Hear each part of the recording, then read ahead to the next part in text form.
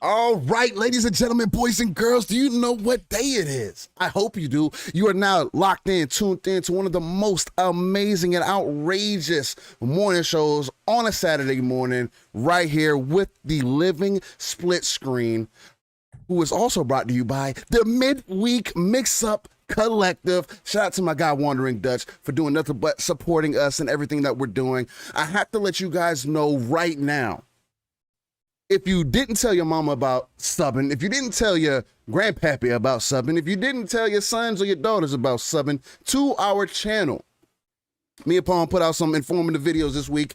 When we reach 400 subs, the main man, Wandering Dutch, is going to give one lucky winner a custom controller of their choice, if I'm not mistaken. Please do not get this misunderstood, though. Like I said in a video that I made yesterday, one of mine and Go's main things for this whole YouTube thing and this whole reason why we do this is because we want people who actually mess with us, right? We don't want to just inflate our numbers, just to inflate our numbers. We're not trying to get to however many subs, just to have those subs. We want people who are going to engage and be involved and want to be active in the conversation. I feel like that's the bigger overall point. And there was this post that was made throughout the week early on Twitter, and it's hit other social media sites. Again, I like to say that because everybody likes to circle everything around Twitter, and it's not just Twitter, where shout out to Yo, because I saw him post it first, at least from what I seen. And it was a saying that said, what do numbers matter if you're not getting any engagement? And that hit a really soft spot for me, because that's something that I feel is extremely important. If you don't have people who support you, if you don't have people who are messing with the content, if you don't have people who can stand behind you and say, man, I love those guys, love what they do, I love the energy that they bring, and all those things, what is the point? That's just that.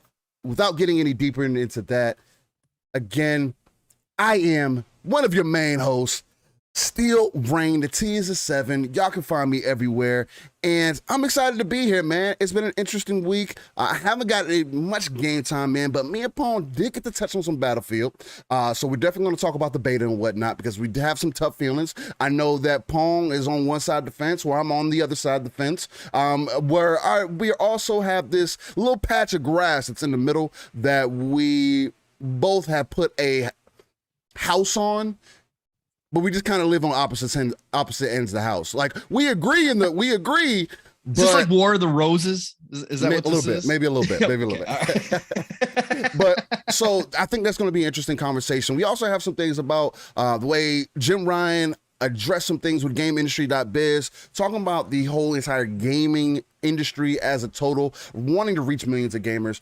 Metroid Dread has released, Far Cry 6 has released, the Nintendo OLED is officially out, and Crystal Dynamics is lying.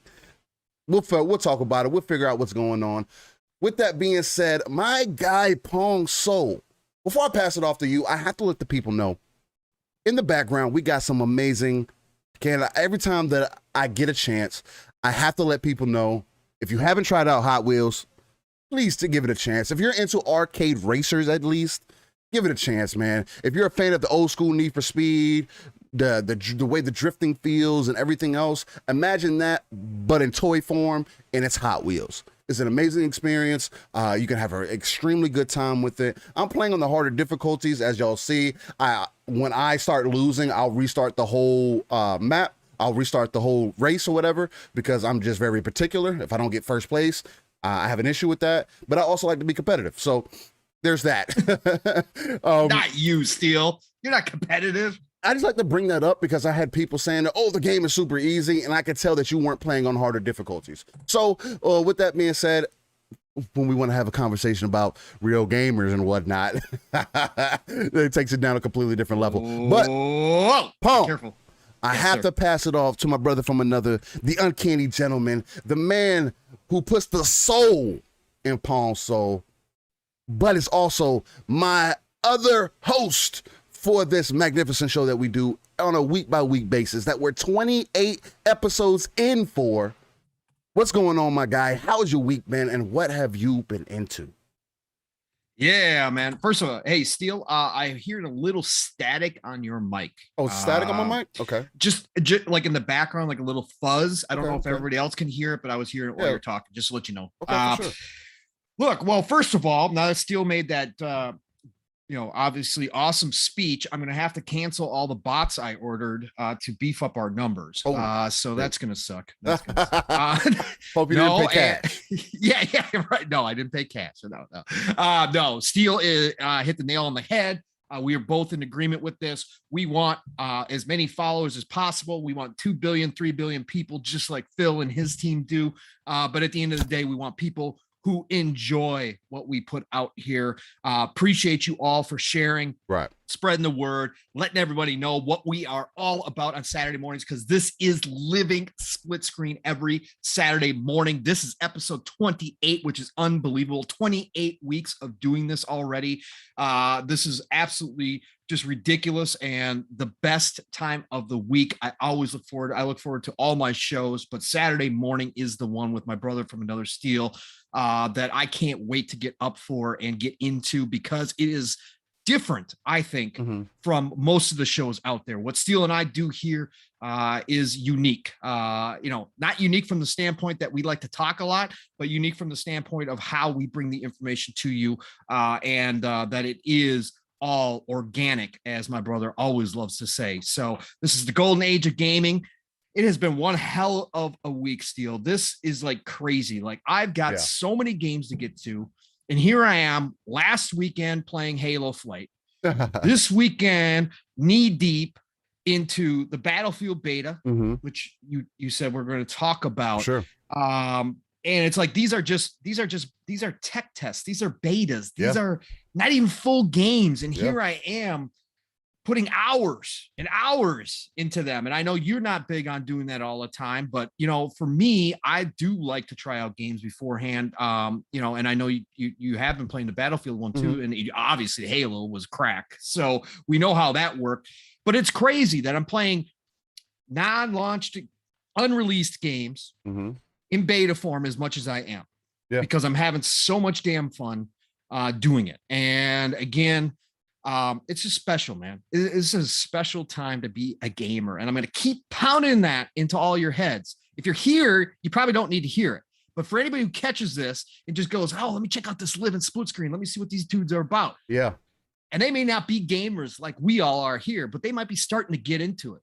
Listen, this is the golden age of gaming. There has been no time like this, with the amount of content that we are getting, with the amount of people entering this industry and giving us their creations, their artwork. Man, it's special. It really, really is. Like, I just can't even explain it, what it means to me personally. When I pull up, when I fire up the Xbox Series and I look at everything that I have, it's like mind-boggling. And then I look at everything coming and I'm like, how am I going to do this? Yeah. But man, just what a great time, Steel. So exciting, man. And now I get to podcast as well and talk about it. So welcome all. Appreciate you all being here already. So many cool people in here. So many good people in here already. Love you all. And let's talk some stuff, Steel. Let's talk some gaming. Let's do this. So shall we start with what's coming up, or you got something else planned? Where do you want it? Well, the only thing that I wanted to do, I have to shout out the chat, just because y'all come here on a week-by-week basis. You're consistently active. You're having great conversations within the chat all the time. So I have to shout out the chat from the beginning of the show, because y'all have been some killers on just keeping things consistent, man. Again, keeping us engaged, keeping us on our toes, showing the love, showing the appreciation, and just the overall conversation that y'all are having in there, man, that I can peep every time that I look over. I'm like, man, they are really in the chat getting it, and I can do nothing but show love. And we also got some new people in here, so I have to run down the list and just shout out some people that are here. I do it all the time anyway. Y'all see the exclamation points when you see the orange bars go across the screen within the chat, and you're like, yo, Living Split Screen is right here. So with that being said, he said, "Steel rain makes my head hurt." Hey man, hopefully not. Hopefully not. If it was real steel rain, if it was real steel rain, yeah, it'd be hurting a lot more than just your head. That's all I got to say. All right, but with that being said, I gotta shout out the General Seat, Joe Dunmore, Giza Prime, Jago Coogan, what's going on? Nix, UK Dazzers, the driver himself, the Stig himself, what's going on, my guy? Dune Reaper, what's going on, man? Hertog Vin, Buzzy Belvedere is in the house. Who else we got in here? We got Jigga J, what's going on, man? Who else we got? Who else we got in here? Tony Grasso. We got the Daz up in here. What? The Stig himself, man. He's in the house, man, not playing games. Fat Boy Horror, excuse me. Black Card 1, what's going on, man? Rescue Squad, what's popping, my guy? Back from the dead. How you doing, man? Hopefully your week's been all right. Mass Rex, what's going on? Oppo, showing us some love in the beginning. I did want to put that out there. You said, I've been watching y'all more and more, still mad as fuck. I didn't find y'all earlier. Def been helping me become more knowledgeable and open-minded. Again, man, that's the whole point of this. We appreciate that you see that vision, that you're feeling the vision. That's the main thing, man. That you're getting that soul, but you're also feeling the rain, right? With that said, we also got Wanderer Dutch again. Shout out to the Midweek Mix-Up Collective. Just for being a great group of guys and doing nonstop support. Dusty, Casket Repair, Pixel Slapper. Who else we got in here? It looks like about it. Bastion, what's going on? And anybody else, if you come in and we haven't shouted you out, say what's up in the chat. I'll definitely give you a shout out then. But you know for sure, Pong, we have to get into the upcoming game segment just because it is something that we do differently from everybody else. We have to let you not only know about what's coming in, but towards the end of the show, we also have to let you know what has came and went. So with that being said, Pong, let's get into these upcoming game releases, man. And I know you were talking to me in the background. You're going to switch it up a little bit this time. So Spooky, what's going on? Oh, Spooky Sprocket in the house. Love to see that, brother. What's going on? All right. So we got this week coming up here. We got a pretty big week as far as games coming out. Let's see here. So first of all, it is going to be for the week of September 11th. October 11th. Holy cow, man. Where am I? October already. Jeez, Oh man. We are in crazy land already. This is insane. I can't believe it's October. So big week, gamers. So first of all, like Steele said, I'm going to add a couple things to this segment, depending on the situation. But what I'm going to do is I'm going to read off all the good games coming up, and then I'm going to make sure to touch on this week's announced Game Pass games, so that everybody's up to speed on that. And then obviously, once a month, or if they do add one out of the blue, I will cover the PlayStation PS Now editions as well, just to make sure that everybody who has those services knows what's going on there as well. I'm not going to make a huge deal out of it, but we definitely need to touch on that stuff to keep everybody informed. So let's just start out with what's going on this week for sure in new releases. Again, GameInformer.com. Shout out to you guys. We do use your list. Facts. It's like I said, it's the most complete one I can have. Again, with the amount of games coming out, especially with indies and all that kind of stuff, they aren't always the complete list, but we're going to touch on most of the major stuff as known. So let's do this. Starting off October 12th, we're just going to hit it out of the park right out of the gate, right? So we're going to go Back for Blood. Back for Blood. That is right. This has been on my radar, many people's radar for a very long time. It is published by Warner Brothers, and it is developed by Turtle Rock Studios. Turtle Rock Studios, formed by many of the original Left 4 Dead devs. Yes. And they obviously basically just, the story is they even went to Valve and said, hey, we're going to do a Left 4 Dead style game. Do we have the blessings to basically just reskin it?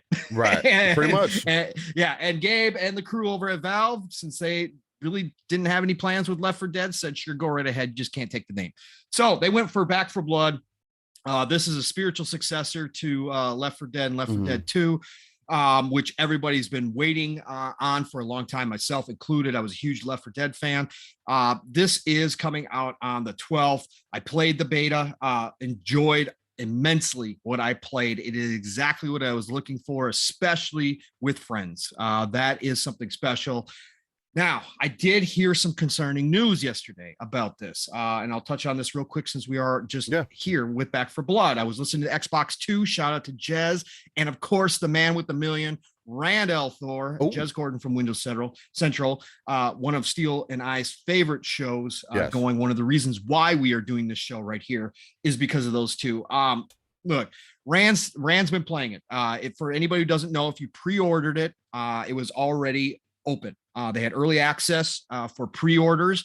Obviously here, when we cover this stuff, we're just doing the exact release date, but there was an early release last week. So you could be playing it. He's been playing it. He did not, I don't believe he actually played the beta. He went into this totally open-minded, new, whatever, fresh, I should say. And he really enjoys the game, but he did point out some issues. There are some issues with the multiplayer. First of all, that he is having connection issues.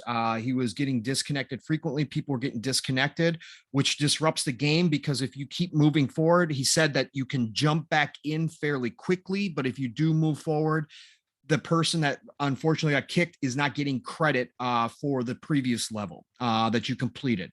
Now, during the beta, I had no disconnection issues. So this was brand new, like the beta ran like Halo's flight test, right? There was hardly any issues whatsoever, and certainly not disconnect issues that I noticed at all, even playing multiplayer. So this is something new. Again, I'm sure it's going to be patched. Whatever's going on, Turtle Rock they're all about this. So I'm sure they're going to be all over this one, but that is an issue currently speaking that Rand had brought up. I don't know how widespread it is. Obviously it's anecdotal because it's his experience, but at the end of the day, he did it obviously was a big enough problem that he thought he needed to bring it up when talking about Back 4 Blood. Also, he brought up the fact that it seems as if when you are playing single player, you are not really gaining any experience. You are not gaining anything. You can play through it, but you're not getting anything for that playthrough. He said that achievements that are tied to, obviously stuff like kills and that kind of stuff, you only get credit in the multiplayer. You don't get credit as a single player. Said yeah, exactly. He said you don't really gain anything by the single player experience. So that is an issue because they, obviously this game is meant to be co-op. This game is meant for that multiplayer aspect. They built the game around that. However, when you tell people that you can play single player, and that is something that you can, it's not number of players 2 to 4, it's number of players 1 to 4. When you put that on the box, look, if somebody wants to play this single player, or they just so happen to have an off day and their friends aren't around to hop in, and you want to, go through some of the levels, you should be getting credit for that, towards achievements, towards your experience within the game, towards all that kind of stuff. That's my personal opinion. Again, the devs obviously have chosen to do something else. Hopefully this will be fixed. Hopefully enough people say something that, Turtle Rock will go back and maybe patch something in where you are gaining that experience. Because I think that is a gigantic miss on this. Just wanted to point that out there. Again, it's anecdotal. It's from Randall Thor, obviously fantastic member of the community, trusted source. When he's playing games, it's, he's on that pro level. He's looking at things with that eye of experience. So therefore I do trust what he is saying here. I have not done it myself, but I want to throw those out there for people who are thinking about hopping in to this game on October 12th. Steel, you got anything to say about Back 4 Blood at all? Again, I'll just reiterate it here. I was never a big Left 4 Dead fan, so Back 4 Blood doesn't tickle my fancy. I guess that's the best way to put it. Also, I have other games to play, man. I wouldn't mind jumping into Back 4 Blood. But again, it's one of those things. If I can got time to jump into it, I might take some time to jump into it. Is it actually going to end up being on Game Pass also?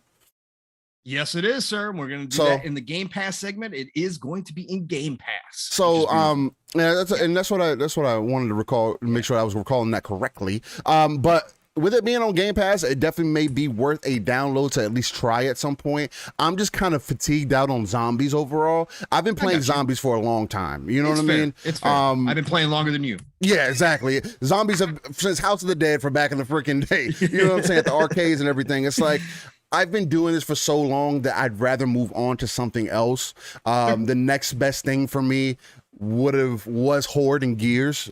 After that, I mean, I was interested in Aliens Fireteam. I just hadn't had a chance to jump into it yet. That's also another third-person experience. I do like those kinds of game modes.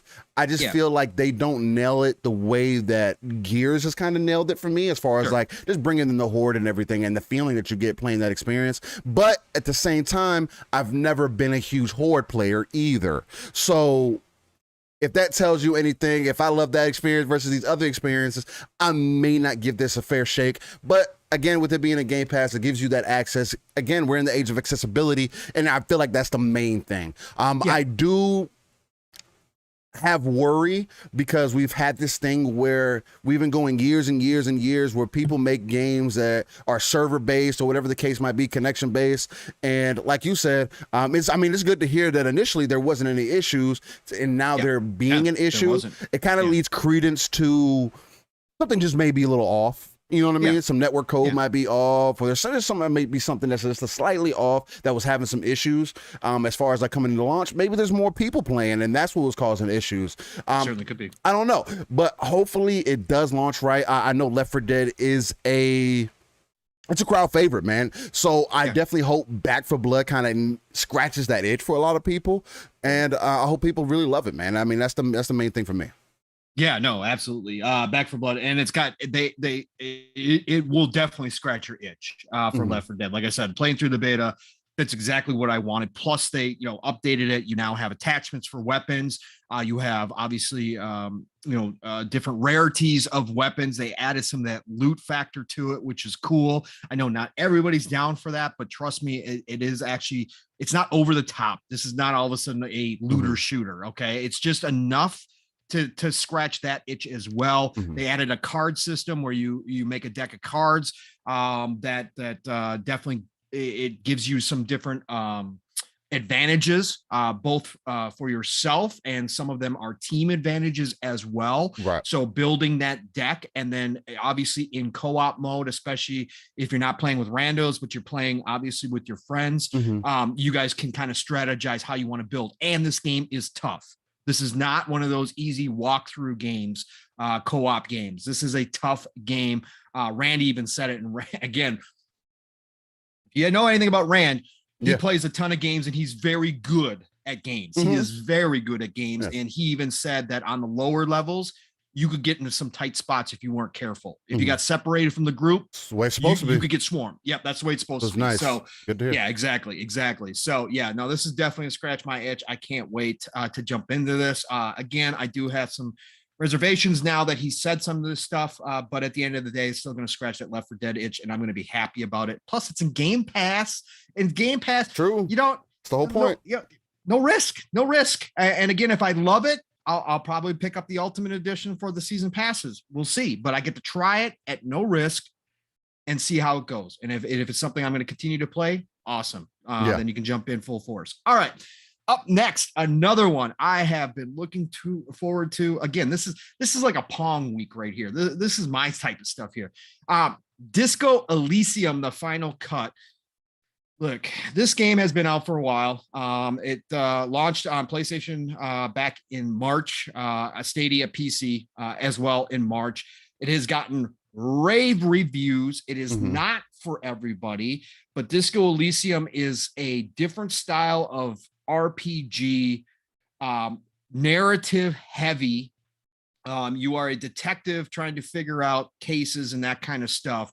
Narrative heavy. Tons of NPC, ton of decisions to make within the game itself. Disco Elysium, again, isn't going to be for everyone, but it is gotten rave reviews, especially on PC. This thing blew up. And I've been waiting for it to finally hit Xbox. It is finally hitting Xbox and Switch as well this week, October 12th. not the most obviously graphic intensive game in the world. Mhm. But again, RPGs for me don't have to be graphic horrors. They just have to give me that experience of an RPG. And this one supposedly does that very, very well. This one is also coming to Game Pass, which we'll talk about. But Disco Elysium, the final cut, also comes out on the 12th. Steel, I know you're not always a single player guy. You've kind of been touching more and more, but you do like your RPGs for dang sure from time to time. So is this one you're going to check out because it's in Game Pass or what? With it being in Game Pass, we'll see, man. Again, with games so lining up the way that they are, I mean, we just came off a Halo beta, and now we're in a Battlefield beta. The next thing you know, like the end of October is here, and then Forza's here, and then there goes another 1,000-hour game, and it's like it's just nonstop, man. It just goes along those lines. If this is not the first time that I've said this here, of just like you say, it's part of the reason I named this episode that play what you love and love what you play, man. Because this day and era, people used to be picky back in the day when you were spending $50, $60 for games out of pocket where you maybe didn't have much. I know when I was younger, that was the case. And now we have so many games and we have a service that carries these games. We just might not have the time to play them all. Well, you got to be a grazer like me. Everybody become a grazer like me. The official term for somebody who plays a lot of games, doesn't finish hardly any of them. But I touched on that last week. Yeah, we did. That's funny. I'm going to be grazing good. Let me tell you. That's all I got to say. I know you will. I know you will. Good stuff. All right. So then we got Monster Crown coming out on PlayStation 4, Xbox One, Switch, and PC. This is another role-playing cartoon-style game from Studio Arum, published by Sodesco. Don't know much about it. But it definitely, again, if you're looking for that RPG flavor, this looks like one of those classic styles. So go check it out. Monster Crown comes out on October 12th. We've got Ori, the collection for the Switch. This should do pretty well. If you haven't experienced Ori on Switch yet, you've been waiting. You just got that brand new OLED Switch, 720p. Look, I love all the, we'll get into this, but I love all these people all of a sudden praising OLED. I'm like, all you frauds never had a Vita OLED. Look, we've been trying to tell you people for a long time, OLED makes a difference. The Vita OLED was absolutely drop dead gorgeous compared to the LCD Vita. Glad the Switch people are finally on board with this. It does make a difference, especially in games like Ori, Metroid Dread, that are specifically designed with that pop, right? That graphical pop, that those colors. Yes, exactly. The animation style on an OLED can make all the difference in the world. Ori the Collection is going to be a fantastic game to experience that. If you have not already experienced Ori, great games. Again, Metroidvanias. I'm not the biggest platformer anymore. I played through both Oris, did not finish them, but I really, really loved what I was playing. It's just not, again, it's not my style all the time. I do want to go play Metroid Dread. We talked about that too, Steel. that game, man, got me jealous of some Switch users. Yeah, man. It's looking good. It's so good. Anyways. We're on games now. We already talked about Metroid Dread a week or two ago. So Slender, the Arrival for iOS and Android. Oh, God. The Slender Man. Are you a believer, Steel? How many times this game has to release, man? Are you a believer in the Slender Man, Steel? I don't know. It's a scary-ass game, though. I'm not with this shit. I'll tell you that. I don't know if you've ever played Slender Man, Pong, but Slender Man's a scary-ass fucking game, man. You know me, brother. They don't have weapons in this. I played this game twice, and both times I regretted it. I don't. You're a better man than me, Steel. Hey, if you want a game that's going to, I mean, maybe it doesn't affect everybody the same way, because I know some people kind of have played it for a bit and then they've kind of got used to it. Me, it doesn't matter how many times I play it. Just the thought of something chasing me just is not a good idea for me. Like, and then I turn around and it's right there. Like, and my flashlight don't work. I I'm just not with that shit. And then I can't shoot it. Like, right. I'm just not with that. That's what I'm saying. Not with that shit. This is me. You got to give me like an AK or something to go after something like that. Give me Do you know when this game first launched? 2014. 2013 on PC. 13. Oh, yeah. 13 on PC. That's where I played it the first time. Was on PC. And 8 years later. I hate it. Okay. I absolutely, well, it's an interesting game, but I'm not a scary game guy. Well, now you can have it on your lunch break at work. Now you can have it on your lunch break at work. Steve. No, I'm good. Come on, man. No, I'm good. Put the headphones in. You know, you're going to okay. All right. Nah. Dungeon Encounters. Dungeon Encounters comes out for PlayStation 4, Switch, and PC. Look. Dungeon Encounters. Isn't this funny? I don't see an Xbox in there, Steel. Guess who the publisher is, Steel? Guess who the maker is, Steel? Square Enix. I'm getting tired of this, man. I'm getting real tired of this. So anyways, Dungeon Encounters comes out from Square Enix on PlayStation 4, Switch, and PC. If you can't tell, I'm disappointed. Square Enix doing their let's skip Xbox thing again, even though Xbox is helping you out with Game Pass for games like Marvel's Avengers and stuff like that, that Octopath Traveler. You're just going to pick and choose what you put over here. Yep. But it's my fault. I should have my PlayStation and I wouldn't have to complain about it. But, you know, at the end of the day, I'm still going to complain because it's 2021 and a publisher as big as Square Enix should not be skipping any consoles or platforms at this point. That's my problem. But Dungeon Encounters is coming out. Enjoy it. It's definitely something I would be checking out if if it was on Xbox for sure. And if I had my PlayStation, I'd definitely be looking into it. So go check that out. Oh man. Another one that just keeps coming back and more and more. Congrats to these people, because obviously it must be successful because they keep putting out stuff. The Jackbox Party Pack number 8 is going to be available. Steel, I know you've been waiting on this one. I think you've had it pre-ordered for about a year now. You've had that money down. The Jackbox Party Pack 8, PlayStation 5, Xbox Series consoles, PlayStation 4, Xbox One, Switch, and PC, October the 14th. Steel, you've been waiting on this one for a long time. You ready to get down with some more Jackbox? How do you feel about this, man? I was hoping they had an Ultimate Edition. I was gonna really invest in that one. I just love the Jackbox Party Pack series. It's an amazing series. No, man, I've never even heard of this fucking game. Damn, I had you mixed up with somebody else. I'm sorry. Maybe it was a different Steel. I don't know. I don't know yet. Yeah. No offense to any Jackbox Party people. It is a party game. If you like it. Obviously, there obviously is an audience because they keep putting them out. We're on Party Pack 8, for God's sake. So enjoy that on October 14th. Same with Mario Party, so it doesn't stop. That's right. You are correct, sir. All right, another Pong game coming out, and I think Steel might actually touch this one. Might touch this one for sure. The Rift Breaker. Look, Rift Breaker is a combination of tower defense, of RTS, of straight up action shooting. It is awesome. I played the demo during the I believe it was the ID at Xbox demo week. And look, this game is cool. The graphics are off the charts, top down, right? Again, tower defense, RTS, and straight up shooter. Okay, that's what you're getting out of this. So it's a top-down view. You're on an alien planet. You've got yourself a mech. You've got to obviously do certain objectives within that. Right. You can build up your defenses. Obviously, get us a tower defense. So this has got everything, and obviously you got hordes of alien wildlife. But look, what's special about this game is the graphics. What's special about this game is the gameplay itself. Just from the demo, I could tell, but those graphics just absolutely jump off the screen.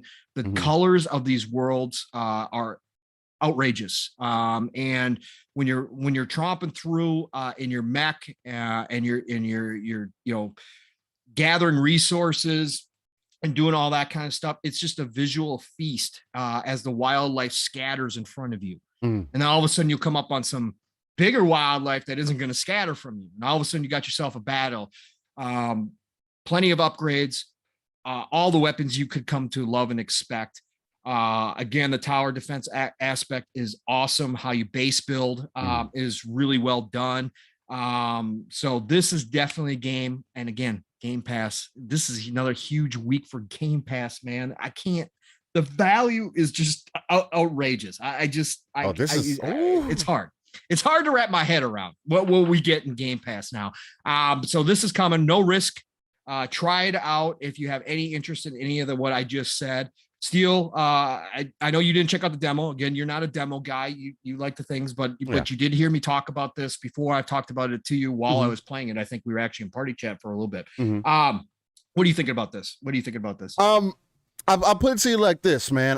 When you were telling me about it and I was looking at some gameplay of it, I was definitely interested. It definitely piqued my interest.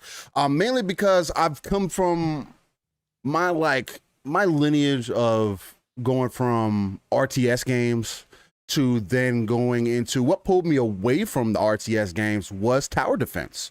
Honestly, tower defense games became more of a prevalent thing for me, and that started with Warcraft 3, where you were able to have custom game modes and everything else, and they had their own tower defense in there, along with Dota, which is now known is its own thing now also, but also was pretty much where League of Legends got branched off of.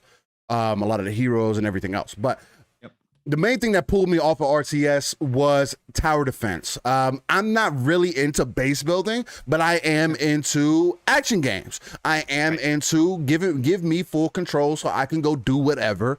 And this kind of scratches both itches, right? Not only am I doing the tower defense side of things, I can get used to the whole base building thing, or I can feel that out and see how that's going, and then also just giving me full control because that's the main thing that's always threw me off about tower control games, or tower defense games, because yeah, you have all these towers you can build and all these different things you can build and everything, but your actual character that you're controlling, you can only make heroes. You can't necessarily control them fully. You know what I mean? Yeah, you can tell them, hey, attack here, but you're not one of those characters. And I always felt like putting you, especially me as a mech guy, that's the other thing that pulls my interest on this, putting you in the middle of that experience and controlling everything around it would be an interesting concept, and Riftbreaker seems to do that. With it being on Game Pass right there, it scratches, I'm not going to say it scratches, but with it being on Game Pass, it removes the wall, right? It removes the barrier, removes the, maybe I don't want to spend the money on this game, maybe I do. Hey, I can just jump in, try it, and see if I like it. And then who knows? I might end up spending 100+ hours in the game, and then boom, another Game Pass game that I might have skipped over because of everything else that I got going on. So I'm interested, man. You definitely started that hype train up for me a little bit. Like you said, the graphics are beautiful, and then them putting you in the middle of the action and allowing you basically full control, letting you play how you want. I think it's going to be an amazing thing, and hopefully they see some traction from this, man. Hopefully it hits some people. So. Yeah, another small studio, Exor Studios. And another thing I didn't say because I just started rambling right away about it because I'm so excited for this one, is that this is next gen only. So it's coming out on PlayStation 5, Xbox Series, that's consoles, the other and PC. thing. That's the other thing too. We've been seeing that next gen games have been performing better, have been looking better, have been playing better. I mean, we could talk about load times and everything else, but that's kind of been debunked at this point. But I mean, even though the load times have been, the biggest thing with this next gen is the load times, is the extra headroom that our consoles have now. So it only being next gen. Yeah, it's not like some AAA, like gen. Oh my god. It's not like some AAA game, right? So it's not like some heavy intensive graphics, but they can take advantage of certain things that they can't. Exactly. So that gives me extra credence that the game's gonna play smooth. That it's good. Again, I've watched gameplay. It looked good. So I'm definitely interested in on the drop. Awesome, man. I can't wait. Woo! The old Crisis is back again. Obviously, they did the first one. Now they are coming out with the remastered trilogy. So 2 and 3 are getting the remaster. I never played. I I played the original Crisis. Obviously, I've never played that in my lifetime. But I never played the remastered. It came out. A lot of people had major issues, major broken problems. It was worse than the first time. Yeah. Shout out to Wilmy. I know I remember watching him play it live. He was streaming it when it first came out, and he was talking about how bad, absolutely broken it was. So Crytek is giving the number 2 and number 3. Obviously, Crisis, the legend of Crisis precedes itself, right? Yeah. That's again, that was the benchmark for PC gamers back in the day. Can your rig run Crisis, right? That was it. Crytek, well known, obviously, to the Xbox community for Rise Son of Rome. Obviously, this is a much beloved franchise, Crisis, by a lot of people. But again, if they don't get the remasters right, kind of like, why'd you do it? Right. So I don't know how. I've heard that the first Crisis does run better. I've heard they've been patching it all along, that it is in a much better spot than it was when it first came out. But at the end of the day, if you're not going to do it right, why do it at all? So, for me, it's like, I'll wait on this one and see how people are liking it. I like that it's in finally a remastered trilogy package. For me, that makes it much more appealing at some point, because I do like Crisis. I do like again, does it do anything new nowadays? No, but at the time it did a lot of stuff that other games weren't ready to start trying. I agree. So from that aspect, if they've got it fixed, if number 2, number 3 come out well, will I pick this up and go back at some point? Probably yes. On a good sale, I will go back and pick this up.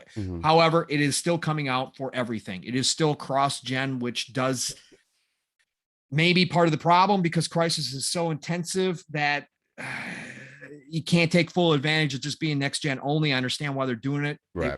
Crytek needs the money for sure. They need to be able to sell it as wide an audience as possible. So they are putting out a PlayStation 5, Series console, PlayStation 4, Xbox One, Switch even is getting it. I don't know if this is a streaming version or not. I did not look that up. I don't know how that's possible other than streaming, but Switch and PC are also getting it, of course. So I don't know. Steel, did you ever play Crisis? Because you were more PC guy. No. Never had an interesting Crisis. I mean, I've heard a lot of good things about it. I've also heard how hard it was to run from back at the time. Yeah, so it was a test. Yeah, you know what I mean. It definitely was a benchmark for a lot of people. But I never had a huge interest in Crisis. Again, there was other games out for sure during the time of Crisis being out that pulled my attention more. But who knows? I might run through the trilogy. I might not. Again. Everybody has a little bit of room for a super soldier in their life. Right.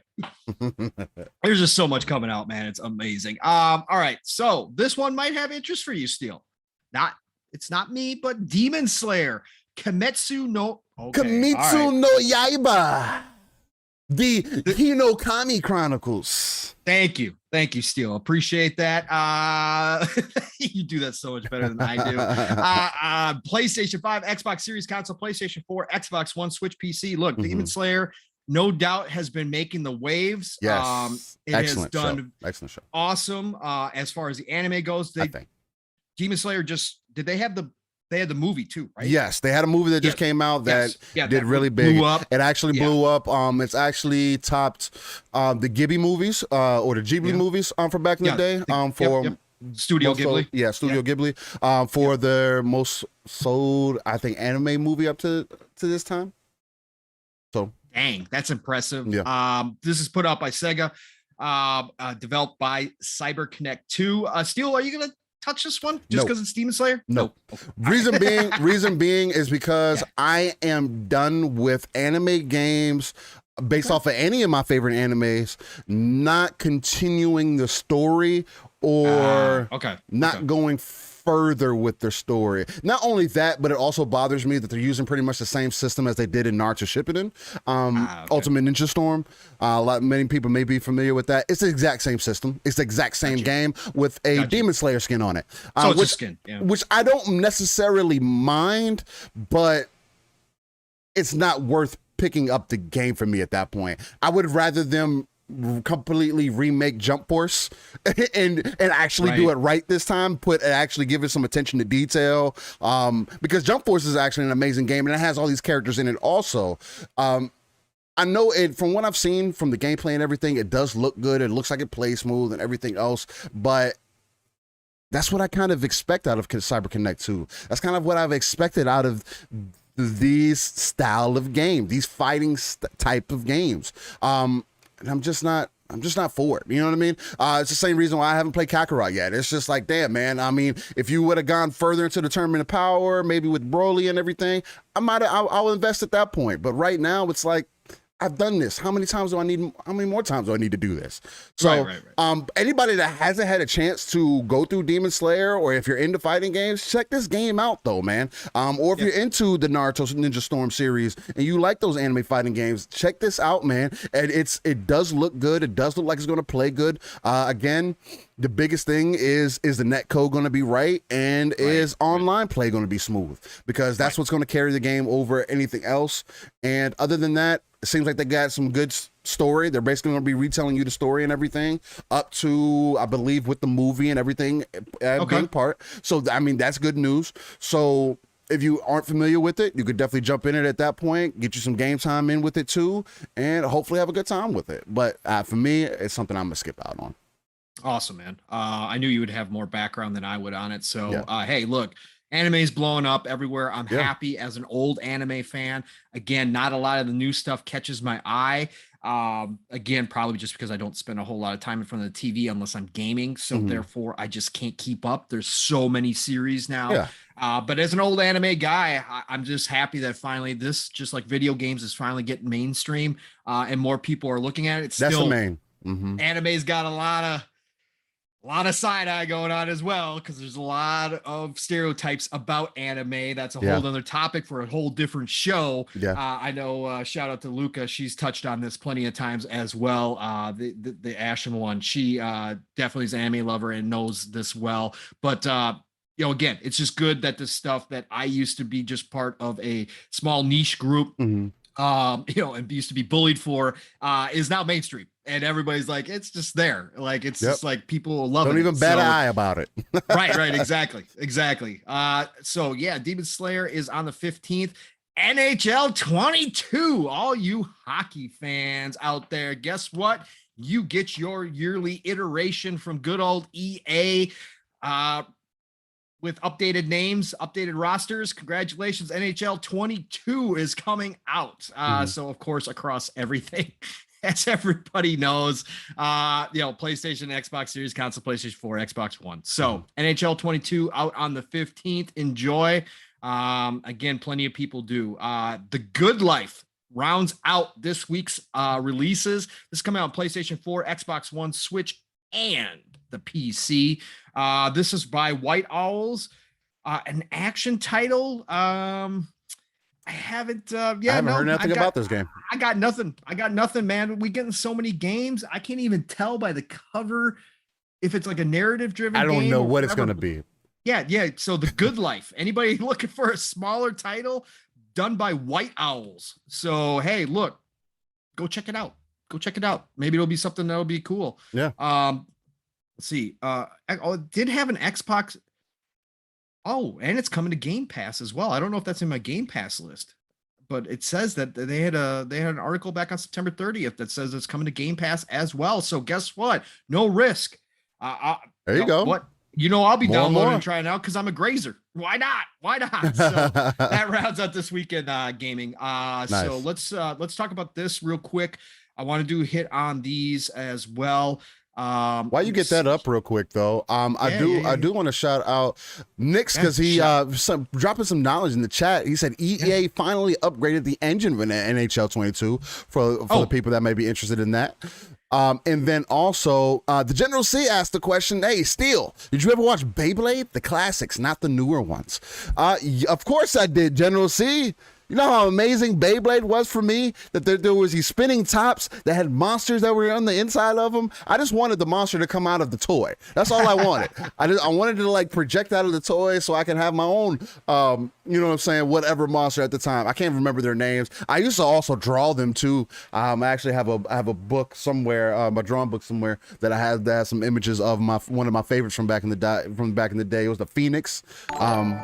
So I always thought that was awesome. And shout out to Neverland who just subscribed. Shout out to you, man. Much love. I need to change that, man. I got zombies coming across the screen for our subs, and I'm not a zombie guy. I don't know what's up with that. I need to change it to a Gundam or something. Or change it to Iron Man or something. But yeah, man. Of course I love Beyblade. But what's going on? What's going on, Pong? All right, well, let's talk about PlayStation Now games for October. Okay. Since I said we were going to start doing this, so we've got. For October, for the PlayStation Now subscribers, The Last of Us Part 2 is coming to PlayStation Now. So they are starting, and we're going to talk about this more, but they're starting to trickle in some bigger, I mean, they have been for a while, but The Last of Us Part 2, kind of shocking to see it there already in PlayStation Now, but that is going to be hitting. Fallout 76, again, I talked about this specifically on the show. Go try it.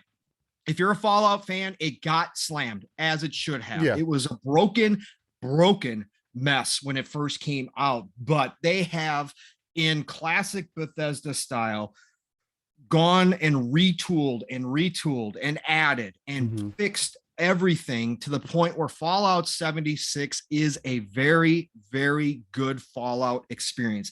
Yes, it has all the monetization that you would expect out of a games of a service on online, MMO style game. Yes, it's all going to be there, but you can jump in and you can run through the game and have a really awesome Fallout experience. They've got NPCs now, they've got side missions, they've got everything that you come to expect and more in Fallout 76. So if you are a fan that needs to scratch that itch, please go try out Fallout 76. It got a lot of hate. There's a really good community behind it too. If you do jump into it and you find out that you do really enjoy yourself in that world, there's a really strong community that has been behind this game since day one. Much like the Elder Scrolls Online ESO, you can find some awesome people in there to play with for sure. So go check out Fallout 76 if you haven't. Desperados 3. This is a turn-based strategy, old Wild West game. Actually played it. It was on, it might be even still be in Game Pass right now as well. Very good game. I played the first probably few hours of it. Awesome game. If you're looking for a turn-based style old West game, do that as well. You are getting Amnesia. The collection is also going to be joining the PS Now. Final Fantasy VIII Remastered is going to be in there. Yet another Zombie Defense is going to be in there. And Victor Vran Overkill Edition is going to be in there. Victor Vran is a top-down RPG style action RPG. Looter, underrated. Victor Vran is an underrated game. I've been meaning to pick it up on Xbox ever since I saw it, because I did like what I saw there, but of course we've got so many games now that it's just like ridiculous. So but those are the games that are going to be jumping into PS Now this month. So again, we'll check it out. PS Now is not a bad value. Straight up. Not with those sliding in there. No, they're throwing more and more in there. Let's put it that way. And you can get a year subscription to PS Now for very cheap if you look online. So it's a good value. And that'll lead credence into our conversation later after this next topic. Yes, it will. Yes, it will. Go ahead. Excuse me. And then for Xbox Game Pass coming up, well, we touched on a lot of these. So Back for Blood coming October 12th. That is hopping in the Game Pass. Again, no risk. Just go try it out if you want that Left 4 Dead experience. Disco Elysium coming out October 12th. Game Pass. My God, it's just the value is just crazy. We are getting Caddy and Batty, the Spirit Guide. This looks like an interesting game. Hand drawn, like legit, like if you were scratching graphics out on a paper. This is obviously an indie game. It's a casual couch co-op puzzle game inspired by Lemmings and tower defense game as well. Build a path to guide spirits home across a 30-level campaign. Mm-hmm. So all you puzzlers out there, hey, this looks like something that could be cool. We're getting Immortus Temporis on October 13th as well. Another puzzle indie game that defies, a puzzle experience that defies conventional design. I'm getting all this from Xbox Wire, by the way, of course, for anybody who doesn't know. For those who love to own their skills through practice, trial and error, determination, and relentless replay, Immortus Temporis is for you. Stages have numerous ways to beat them. So another puzzler, go check that out. We are also getting Doctor Who, The Edge of Reality on October 14th. There you go. Join the Doctor on a quest to save the universe from unstoppable new nemesis in this compelling first-person adventure. All right, cool. Did not even know that was coming out. God Strike coming out on October 14th. A 3D boss rush bullet hell based on time. This means that you must face every boss and defeat them before your time runs out. Cool. Awesome. We're getting another boss rush game. Yeah, awesome. There you go. Awesome. Let's see here. So where are we? We are also getting Henchman Story, October 14th. And this is also optimized for series consoles. A visual novel where you play as a beleaguered henchman working for a bumbling supervillain in a slice of superhero satire packed with colorful characters and meaningful choices. So all you narrative-driven lovers out there, which I have actually found some, like Last Stop, that I do enjoy. Hey, we're getting a comic book style one. So Henchman Story comes out on October 14th. Oh, Steel, you're going to be so happy. You're going to be so happy. You probably didn't even know. You probably didn't even know about this, brother. Jackbox Party Pack 8 is coming into Game Pass. You don't even have to worry about it. You can cancel that pre-order. You're all set to go. I'm excited. I know you are. I know. I can tell. I can tell by the smile on your face. Murder House, October 14th. A news crew breaks into an old abandoned home of an executed serial killer, Mr. Anthony Smith, planning to shoot a salacious haunted house story. But is the notorious Easter Ripper dead, or is he waiting inside? Is this PlayStation 2? It looks like it. Look, shout out to the indie teams. Look, man, they're doing their best here, man. Oh goodness. I know. Unreal's free. Hey, Unreal is free, by the way. Oh, Steel, no, I don't know about I just had to be fun. I know. Ring of Pain, October 14th. Enter the Ring of Pain, a roguelike card crawler where encounters come to you. So we got another roguelike card game this time coming to Game Pass on the 14th. Riftbreaker, we talked about it, October 14th as explosion. Well. Dude, the particle effects in that game, everything is so nice. I love that. I can't wait, dude. Vesseroth, the Heir of Thunder, a 2D isometric old school techno fantasy style down top zone shooter. Oh, wow, that is classic shooter. I love shoot 'em ups. That is coming out. Ancient Stories, Gods of Egyptian, October 15th, a puzzle, obviously match game. So that is coming out. It's coming to Game Pass? No, it's not coming to Game Pass. This was supposed to be Game Pass only. Never mind. This is everything coming. Hold on. Back up. My fault, folks. I thought I had the Game Pass only list here. I'm so sorry. Geez. Wow. I thought this was Game Pass only when I pulled it says this. it underneath. Yeah. Gotcha. Okay. So Back for Blood, Disco Elysium. Maybe What else we got? What else we got here? Disco Elysium was in there. I don't think Disco Elysium. Ring of Pain. The Riftbreaker for sure, which I knew about. Oh God, man. Now I feel stupid. I thought this was all Game Pass. I thought it was too. I was about to say, what? The Good Life is coming to Game Pass. So that one is also coming to Game Pass. All right. So we got The Good Life. Okay. Yeah. We've got the Riftbreaker. We've got Ring of Pain. We've got, I'm sorry, Steel, keep your Jackbox Party Pack 8 pre-order going. Okay. Perfect. Then we got let's see. And then Back for Blood. I think Disco Elysium you do have to purchase. I thought I heard this week though that it was coming to Game Pass. I was about to say, man, God damn, we got a lot of games coming in there. Sorry, everybody. Oh my God. I totally this article when I pulled this Xbox Wire, it said Game Pass games. I thought it was everything in here, but it's everything coming to Xbox. So you can see that the Game Informer list that I had, again, like I was talking about, was incomplete because there's so much indie coming that they can't keep up with it. So you can see this. So again, I'll do better next week, folks. This was something I threw in here because I wanted to give everybody a heads up on what was coming to Game Pass. I will do better next week. I will have the list formulated so that I can see only the Game Pass games. I will make sure that I get that straight next week. Apologize, got everybody excited that there was like 30 games coming in Game Pass next week. But there's still plenty. There's still plenty. Oh yeah. So more than plenty. My apologies, folks. I'm embarrassed. That was awful. Steel, I got this thing in my throat. I have to go.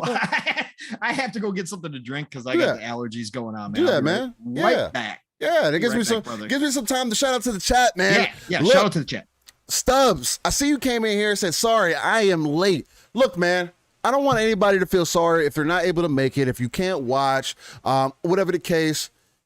If you like what we do here, man, you're more than welcome to watch on the back end. We do love having you live here, but if you can't make it live, life happens, man. Again, that's why I make sure to upload it to all the audio platforms. That's why I make sure to record it for myself, so I have it all ready for you. Again, I want to demonstrate to you all that me and Pong are definitely taking this serious, man. That's why we do these things. We want as much attention, as many people to have access to our content as possible, because that's how much we believe in the content. So don't worry, man. If you're late, can't come through, man, hey, it is what it is. Watch it on the rerun, man. Like I have to do with a lot of people nowadays because of new work. I can't, watch shows, listen to shows like the way that I used to, and it's unfortunate. But at the same time, it has allowed me to really kind of pick and choose to the ones that I mainly listen to, because I'm also one of those people where I already know what laurels I stand on what I represent and everything else, and I want to hear different opinions, right? I want to hear different people's opinions, not the same thing over and over again. So I have my lineup for that. The General C asked the question, Steel, do you think they should revive the classic Beyblade anime? Do I think they should revive it? Maybe they can give it like the Dragon Ball Kai kind of treatment, just so people nowadays can get like a view on it. Because I do feel, now don't get me wrong though, General C, the new one isn't too bad though. The newer ones is actually pretty good. Not only that, but the other thing that I want them to, watching LSS is better than mowing the lawn. I agree with you on that. You can do both though. You can do both. Hopefully you got YouTube Prime. He said, what the hell is going on with SE? Sony Entertainment? I don't know, man. What's going on with them, man? What's going on? That would be Square Enix. Oh, Square Enix. Square Enix? Yeah. I like to make sure. What's going on with Square Enix? I don't know what the hell's going on with Square Enix, man. They don't know if they want to stay strictly Sony, if they want to hand out the bag. I don't know. I don't know what they really are planning, man. They're kind of on this in-between space because they're investing in games, but not also seeing a return on their games because they're asking their devs to make games a certain way. So you get the results that you get. I don't know, man. He said, Slack Row says, the new Blade Kids cartoons are kind of trash. I feel you. Again, I only watched a couple episodes. I was like, oh, it's all right, but it's not for me. One anime that I really want them to bring back is Zoids. I know people are like, oh, it's overrated and everything else, but it's another one of those mecha animes that where they put animals and mechs together, and it was amazing. And it actually had a decent story, man. It was like, I don't know. I thought it was partially awesome. I bring it up. Pong always shakes his head. Generational gap. This is that generational gap, folks. The same young kids, the same way Gundam. What's good? The same way Gundam was extremely amazing, but that's neither here nor there. Now that we got Pong back, wait, hold on. Before you go off, what's up? Hold on. Did you like Beast Wars? Yeah, I love Beast Wars. Transformers. I gotta go again. take over. Beast Wars. I thought Beast Wars from back in the day, right? I thought Beast Wars was awesome. Yeah, it's terrible. It came out right after the other one. Like I thought it was good. It was an abomination of Transformers. I thought it was a key part of my childhood, Paul. I know that's what I'm saying. Generational gap. I thought it was amazing. I had the toys. I knew you were gonna like it. I knew you were gonna like it. I had the toys and everything. I thought it was amazing. I thought you it was like Zoids, amazing. you're gonna like Beast Wars. Yeah, it was awesome. I liked it. Okay, all right, fine. All right, continue. With that said, since we got Paul back in the building, and he said he cleared his throat. Oh, these seasonal allergies are killing me, man. Oh yeah, man. I don't get them very often anymore, but man, that whole time I was talking, my throat was on fire. I can imagine. Yeah. Anyways, so with that being said. We talked about the PlayStation Now games coming in and everything, and I kind of want to lead with that. Unless you want to take it somewhere else first. I know we're going to talk about the Battlefield beta, but that's kind of that's going to be a good conversation too. But I only wanted to bring this up first just because it's kind of coming off the heels of what we just talked about, and that's games coming into a service, or just having traction, or just a service overall for your platform. So Fireside Chat, that was made by, GameIndustry.biz, I should say, that hosts Fireside Chat. They had Jim Ryan on. Shout out to them, by the way, GameIndustry.biz, for anybody that's interested in the business side of things of this industry. They do good work. And also, you get some news. Go check them out. They have good videos. Their articles are fantastic. They actually had a lot of videos this week. They also did an interview with Jade Raymond. All sorts of people. Go check it out. It is a great website. Steele and I love this website for information. So, right, exactly. I just want to give them a shout out. No, 100%. One of the main key notes that was taken from that conversation that they had, and people have been kind of pulling back and forth, and I'm gonna pull this insert out, and then I'm gonna jump back into the actual, basically the link and everything from GameIndustry.biz, the article, I should say. Excuse me, couldn't think of the word at the time. But yeah, then I'll jump back into the actual article and read a little bit from that, just to kind of give an outline for what we're jumping into, and then I'm gonna pass it off to you. So the first point that I want to bring up, and it was one of the key points that people have kind of been running kind of sideways with, is Jim Ryan said during that interview, "I'd like to see a world where the games that we make at PlayStation can be enjoyed by many, many tens of millions of people, perhaps hundreds of millions of people." Now, people have taken that however they wanted and kind of spun things in their own way, which is, things are open for interpretation. You take it how you want. You ask me, it kind of comes across the same way that Phil Spencer did when they told you what their plan was with Game Pass. But that's neither here or there.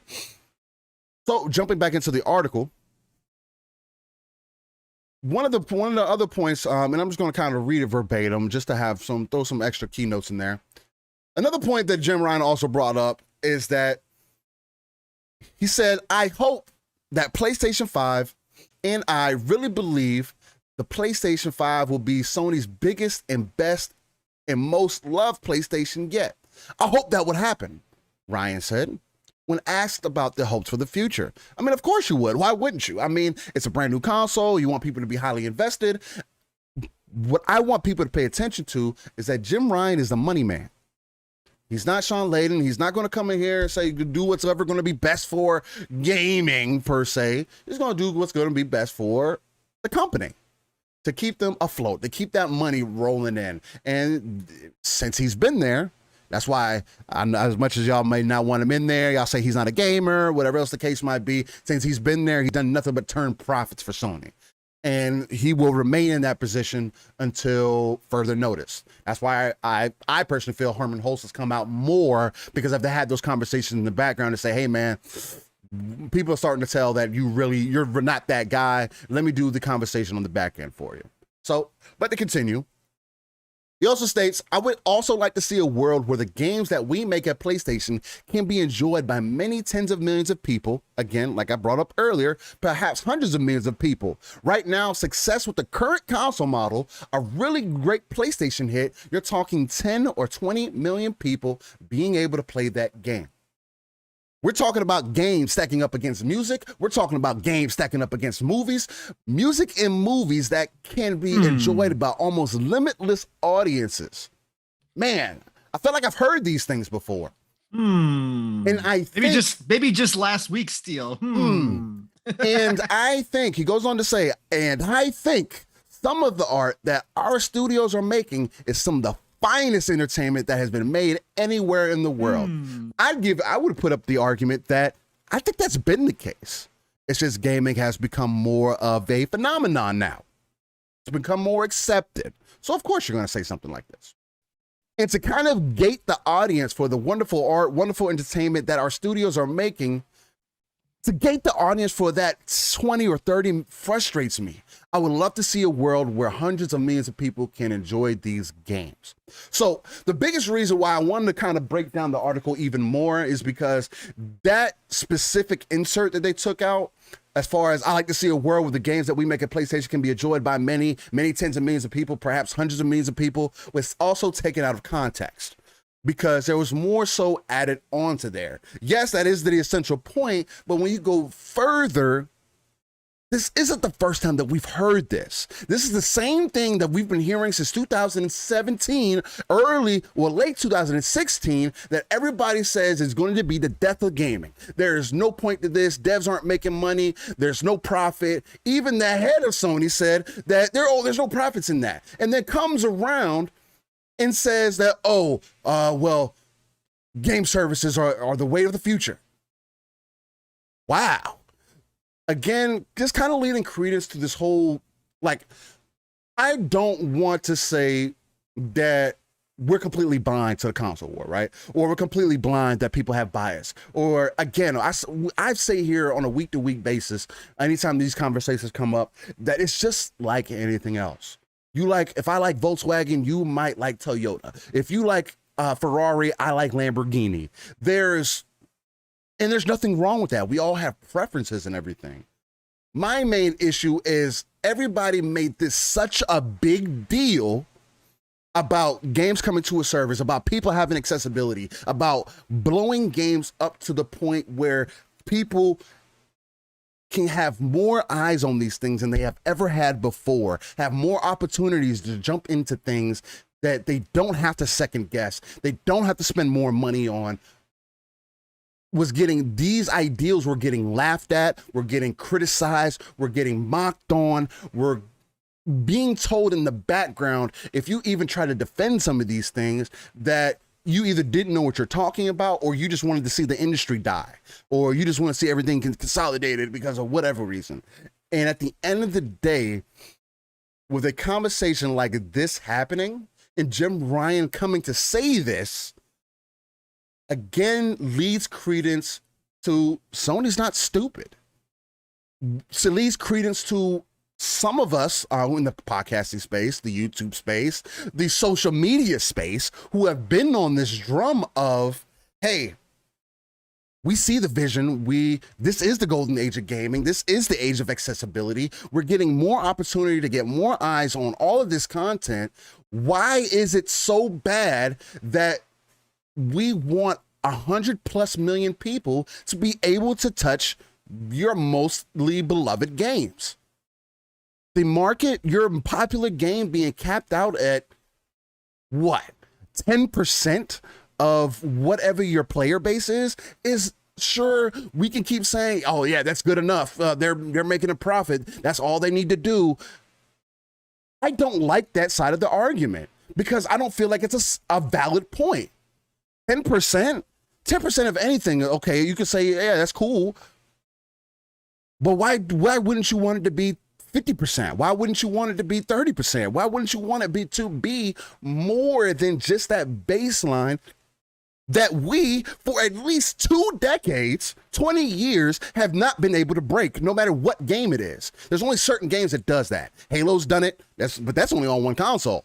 Minecraft has done it. Fortnite has done it. Apex has done it. Warzone has done it. These are all games that are on multiple platforms. Sure, you can lead credence to that. But when Xbox, Microsoft has established a service and shown you kind of the road forward, the way to advance the gaming industry in a way that no one, I personally believe, had envisioned before is the most essential part to what is also being talked about here. Obviously, they see it. Jim Ryan's a money guy, and just kind of leaves credence to me personally that PlayStation Now is going to, or Plus, depending on which one they actually wanted to adjust, is going to end up being something similar to Game Pass. Is it going to be as soon? No, I don't think so. I think they'll have games launching day and date on PC way before they actually have a Game Pass-like service. That's the first step for them, I feel like, if they even move that direction. But from everything that I said in this article, Pong, and everything that I kind of ran down and everything, how do you feel about this conversation now? How do you feel now that with Jim Ryan coming out and stating, hey, I think us being capped to 20, 30 million people on our biggest games is a problem. I want to be able to reach that hundreds of millions of gamers. And that is the vision that I have. How do you feel about this coming out now on the heels of it once being taboo? And then how do you necessarily feel about how people are kind of running with this, man? And how the conversation's going now? Yeah, it's the usual. Let me start here. First of all, for anybody who hasn't actually watched the interview, it's a shorter interview. It's an excellent interview. This is the most relaxed Jim Ryan I've seen. Okay, this is, again, he doesn't come across as anything other than a businessman. However, he's extremely relaxed. The interviewer, Christopher Dring, and he go back pretty far. So it was a nice chat. It was, we've seen this with Phil. Phil does so many more interviews, but you can tell when Phil's relaxed and comfortable with somebody and versus when he isn't. And Jim Ryan in this interview was fantastic as far as just being more himself, not so uptight. And some of his history, again, shout out to, again, I have said that Jim should not be the face, that obviously Herman Hulst should be the face that the gamers see, because Herman Hulst is more of a gamer than Jim ever will be. And it comes across when they speak. However, I have given Jim his props. He won this position for a reason, like you were stating, Steel, like we've talked about so many times. Jim Ryan is the businessman. He's the numbers guy, and that's what he's good at. And when he speaks about those specific topics, he's speaking from a place of knowledge. Okay. Right. And you can tell he is very, very involved. He's in his realm when he's talking numbers and when he's talking about these ideas, right? So shout out to him. He's been with the company since 1994. I love those stories as well. People who grew up just like Phil grew up within the company itself. He didn't start out from a low spot like Phil did and move up, but he definitely was not, where he's at now. Right. And it took him a long time to get where he's at. So he's been through the battles with a lot of different consoles. And I always like that. At the end of the day, whether you like him or hate him, the guy's misspoke plenty of times. He's obviously gotten the nickname Lion Ryan for a reason. There's been many things he's said that he probably should not have said. But the guy knows what he's doing from a business standpoint. So specifically to what he talked about here, Steel, this is stuff that you and I and so many others talked about and have been talking about, that a lot of people don't. Unfortunately, a lot of the hardcore extremists on the Sony side do not want to hear. This is where the industry is going. And this is how it's changing. And this is now the way that we just talked about, Stu. We just talked about this last week. Yeah. Pulling yourself out of your bubble as just a gamer. If you have interest in this stuff, not everybody has to have interest in this stuff. There's people who just want to sit down, turn on their console, turn on the TV. You're probably not listening to a whole lot of podcasts if that's the case. But at the end of the day, if you are at all interested in this stuff and where the industry is going as a whole, you have to pull and take a satellite view like these guys do and these gals do. You have to take a step back out of your bubble and go, look, we have to start projecting down the road what is going to happen and what the landscape is going to start to look like. No, it's still, it's still speculation. A lot of it, It's still just, taking the knowledge that you have and kind of projecting it out. And is it going to always be correct? No, but there are some big ideas within the industry that you can see happening right now as we speak. And Jim talked about this, and I thought it was awesome. And I thought it was crazy when he started talking about entertainment, Steel, as a whole. He compared games to exactly what we were talking about, Steel: music, movies being accessible to, basically, he said limitless, unlimited people. He was talking about the same ideas that we were trying to bring to the table and let gamers know and let people know this is where this is happening. And this is why when we talk about, and I'm not going to get on Xbox and Microsoft again, we already did this. This is more focused on Sony. But again, this is why we brought up when we were talking about potential acquisitions. And if there had been a philosophy change within Xbox, within Microsoft Corp itself, at the key levels, at the highest levels, that they are looking now, not as games just in the, just as their main bread and butter, but they're looking at the entertainment industry as a whole and how gaming is now moved into that space, taking its place at the head of the table.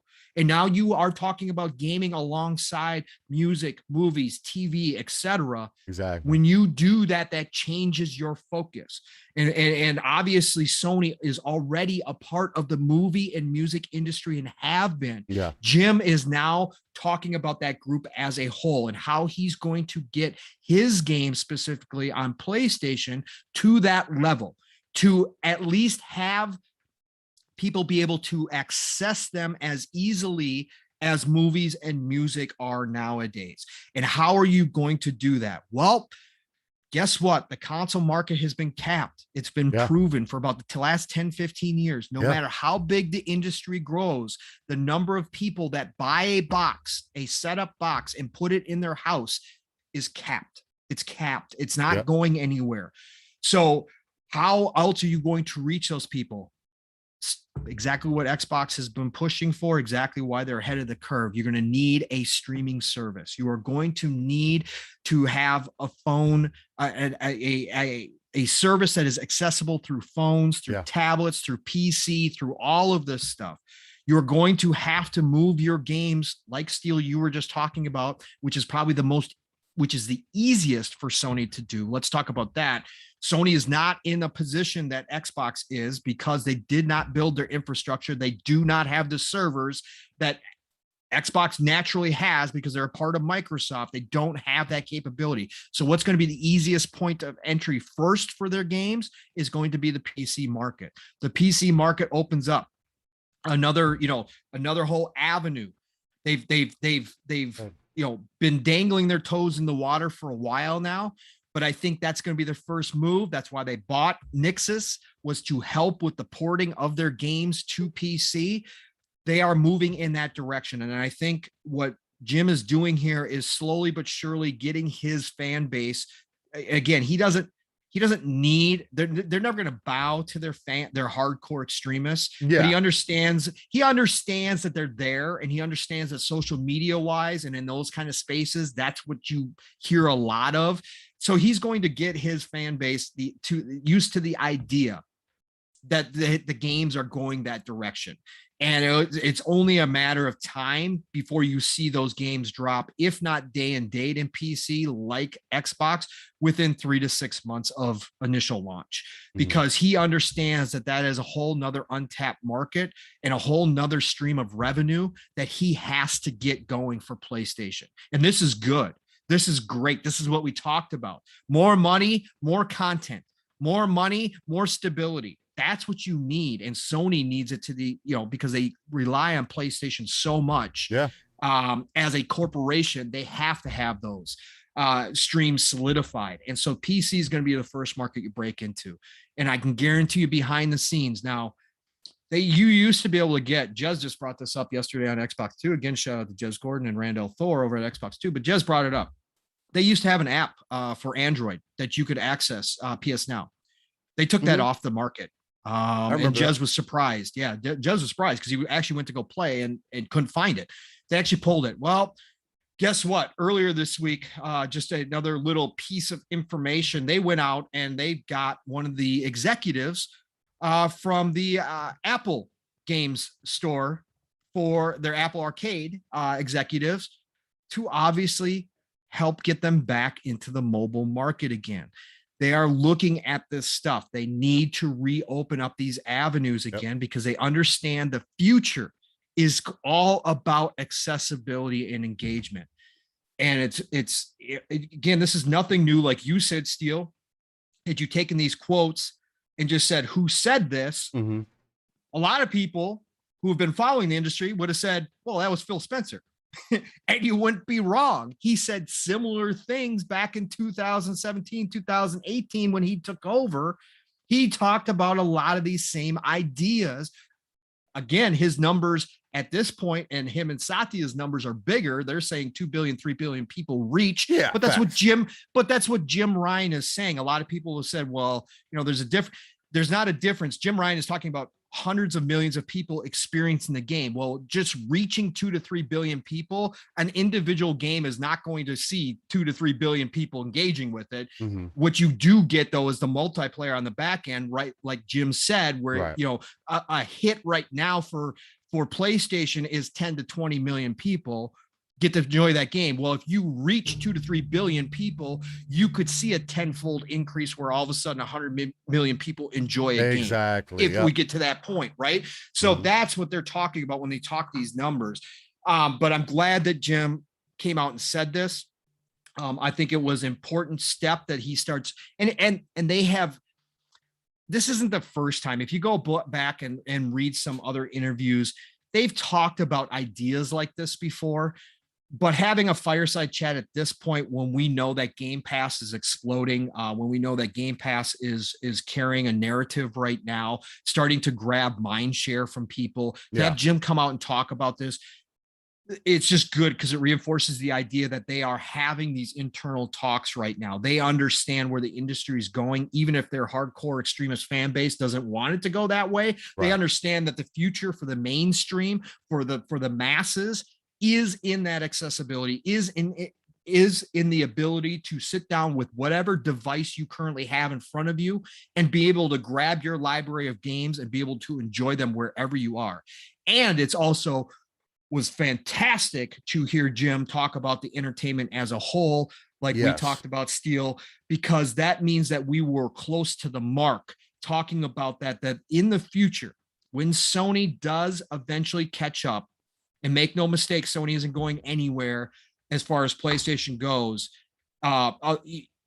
They're going to look to leverage their advantages. Like we were talking about how Xbox has a $2 trillion corporation that's all in. They can leverage that to get where they need to be and to diversify the content that they have. Mm-hmm. Well, guess what? Sony already has a diverse amount of content due to their movies and their music. They had made a deal with Netflix. When they do come out with their Game Pass like offering, whether that's just an expanded PS Now, whatever the case may be, make no mistake, Jim is going to make sure that he can say, hey, we have the benefit of, you're going to be able to access movies, you're going to be able to access music, you're going to be able to access all these anime that we now own as well, along with your games. You're going to have access. So even if the games aren't your first draw, because maybe you're not a big gamer as of right now, but guess what? You can still sign up for PS Now or whatever they're going to call it. It's like PS Now Plus. I'll just give it a name. PS Now Plus, you're going to be able to sign up for that, but maybe you enjoy our music. Maybe you enjoy all the movies we can offer you, or maybe you're a big anime person and you want to jump into the anime scene. We're still going to give you that along with our games for one low monthly price that you can get into our service. And that's what makes our service different. And then, oh, by the way, if you get interested in the game, hey, check it out. It might be in PS Now Plus. You're going to be able to go ahead and check that game out. Maybe you're just starting to dabble in the gaming. You don't even know what you really like. Guess what? You're going to be able to go try that out as well. That's what we're talking about. Xbox is going to look to do that as well. I believe there has been a philosophy change from everything that we've heard now, from where we see the industry going. I definitely think that's the future, is not just game companies and then other forms of content companies like Disney, like HBO, like all that. I think we're going to see a consolidation within the entertainment industry as a whole coming together, because we've seen now movies and TVs, taking from gaming to create new content that has worked previously in the past in the reverse role, where gaming looked to movies and TV and pulled and used to make games, even if they were crappy. They used to make games that correlated with movies and TV. And now we're seeing a return to that as well. So I see these two forces realizing and looking and saying, hey, we can't have 30, 40 services out there. We can't do it. It's not going to survive, right? Not everybody's going to sign up for 30 or 40 different subscription services. Right. We need to start consolidating. How can we work together? Well, all of a sudden that's going to mean that those partnerships may become acquisitions, so that the IP is all underneath one roof.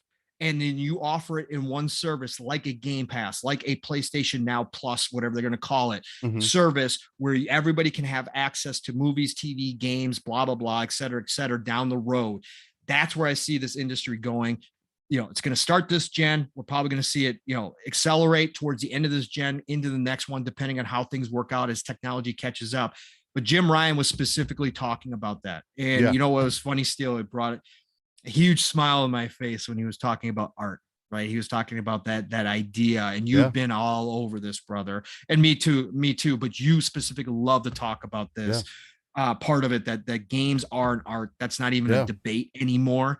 And when he brought that up, I was just smiling. I was like, Steel's loving this right now. This is right where he's at, man. And for somebody like a businessman like Jim Ryan to understand that, that definitely, boosted him a little bit in my eyes, just because, businessmen, and sometimes the way that Jim come across can always be about the numbers. But if he does even pay a little bit of lip service like that, that means he does understand what he's running, and what he's in charge of is a little bit more special than just, at the end of the day, a sale, right? That there is a little something more to it, that gamers don't look at it the way he does.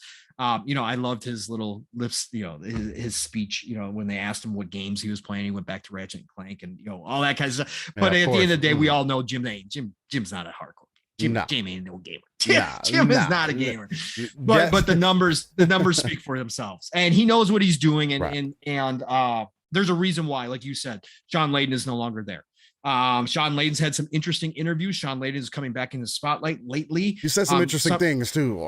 Some stuff that don't make sense. That Sean, I think, is maybe up in his feelings a little bit. We talked about that last week with stuff. When people get wrapped up in their feelings a little bit, sometimes they say stuff that just doesn't make a whole lot of sense, or comes across as being very naive as to where the industry is, or whatever the case may be. Sean Layden's come across that way in a few interviews.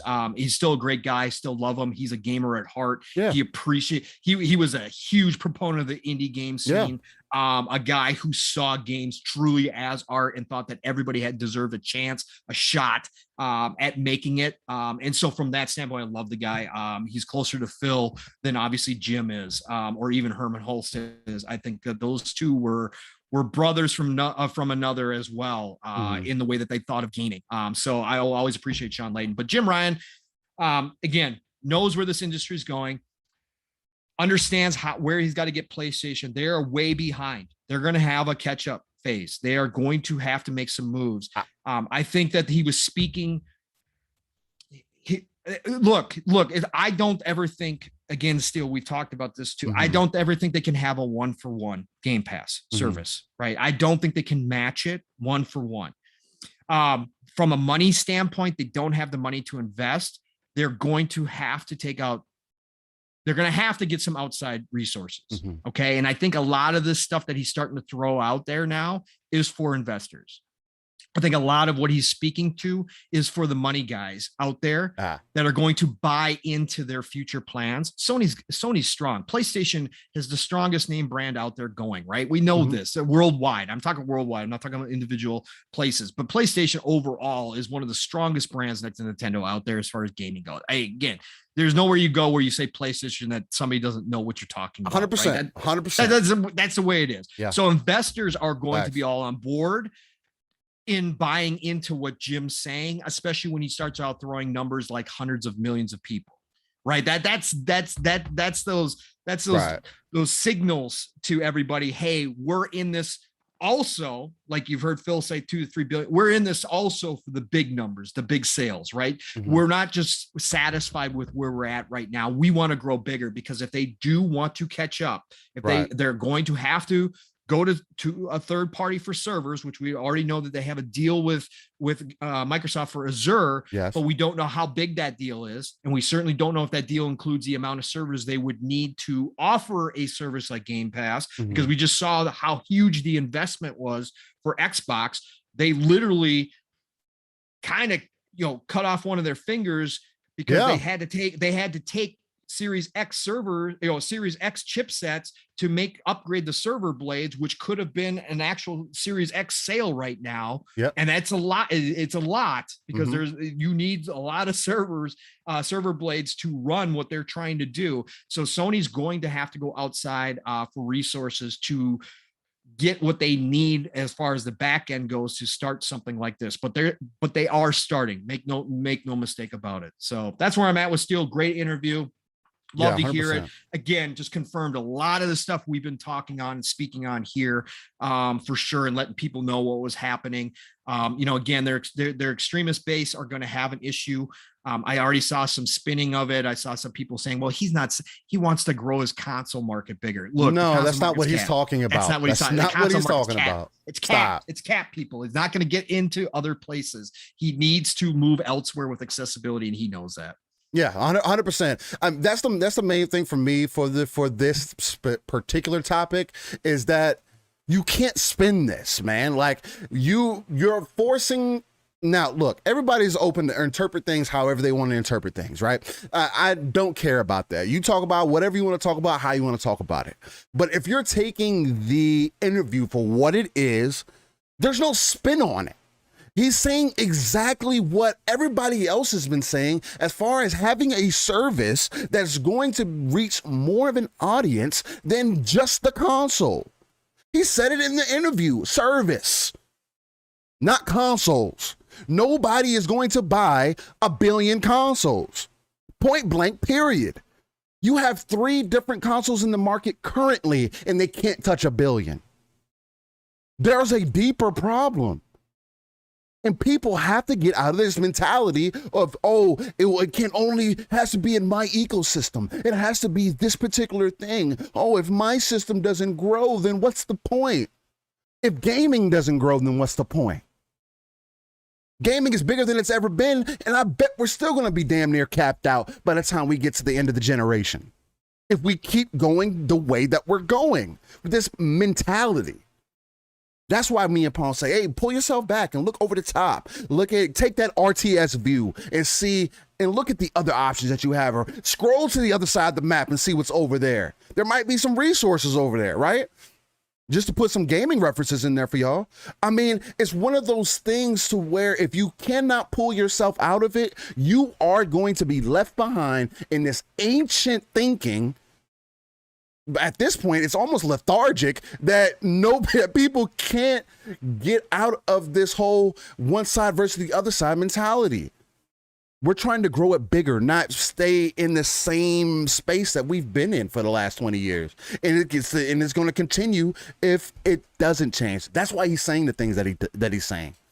And I genuinely believe, again, I'm one of those guys that have been standing on this hill that I think Game Pass is going to hit 50 million subs by January 15th, 2022. I'm not playing about that.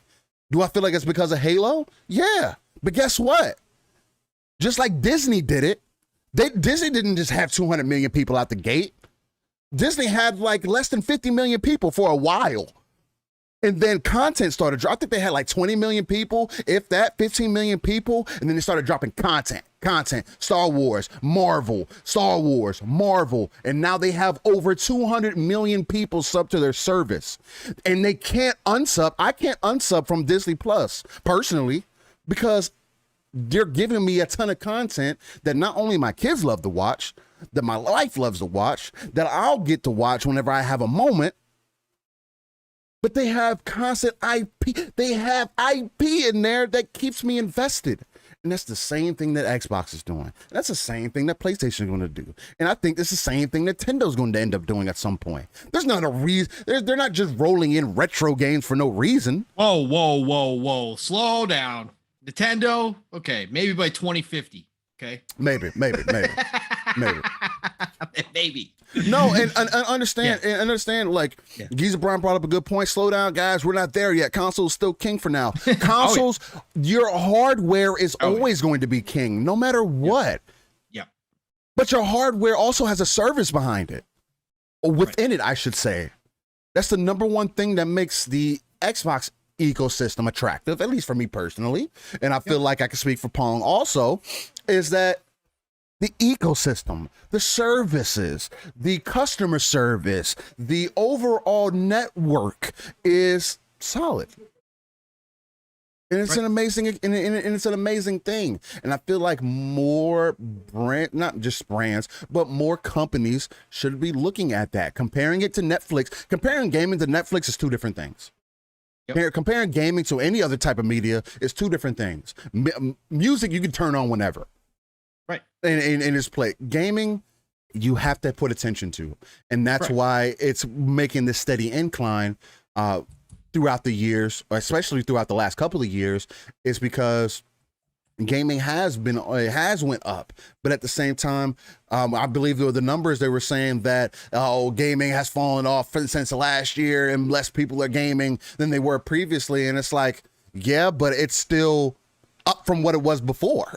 I believe it was what the numbers were like. It was 70, less than 70% before, and it went up to 78%, and then, or like almost 80%, and then it dropped back down to 76 since last year. Yeah, it was 79% and it dropped back down. Okay. It went from 73 to 79, dropped back down to 76.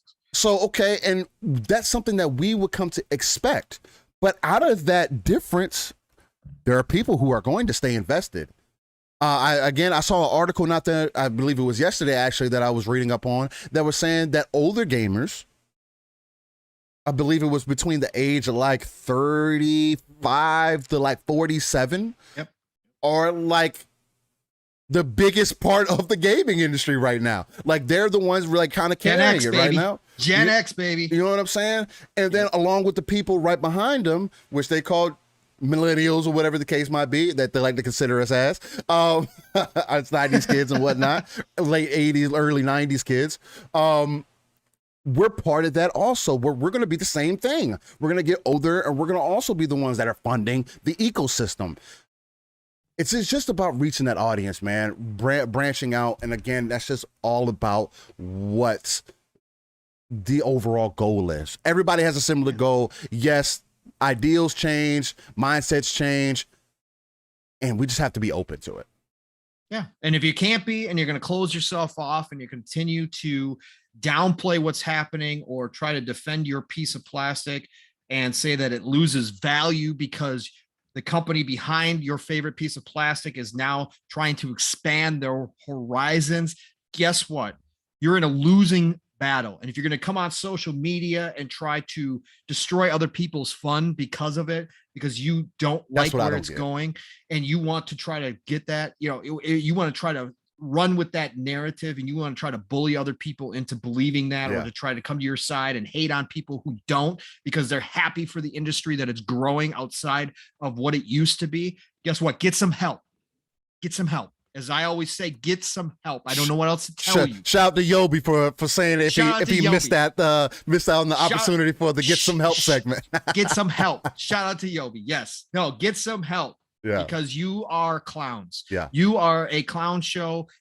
You're in the middle of the circus, and you're playing with the lions and the zebras and all that kind of stuff, and you're not really paying attention to what's happening outside that circus tent.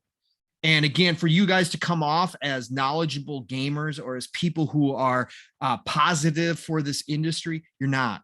Okay, you're limiting this industry. You're gatekeeping this industry nonstop. No. You're doing things that make people look at this the same way that Steel and I always talk about, with those old looks of a bunch of kids. You're a bunch of adolescents, a bunch of children playing games. instead of actually being adults about this. Adults understand how the world works. Adults have good concepts about how business works. If you've worked a day in your life, you get a concept of what a business is all about. Yeah. And if you can't remove yourself from that childlike behavior and step outside of that and look at this as an industry and look at this as for what it is, it's money-making machine right now. Right. Then I can't help you anymore, and you need to go find some help, because again, you've lost touch with what the reality is. And that's all I'm going to say about that. But stop coming into this community. Stop trying to be this know-it-all. Again, Steel and I talk about things, but we talk about it as our opinion and as about looking. We're going to be wrong, right? We're going to be wrong. People are going to be wrong.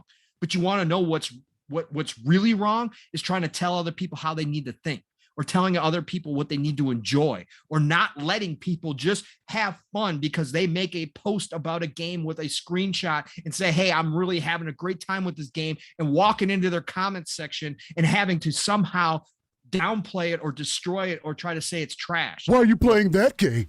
The game's right, exactly. trash. Again, just because it's not your favorite box. Guess what? Your favorite box isn't always going to be your favorite box at the end of the day, because if you take that narrow point of view, they're going to do things you aren't going to like. Because guess what? Things change. Yep. I had to learn that myself, right? I had to learn that myself. That's why I'm here right now.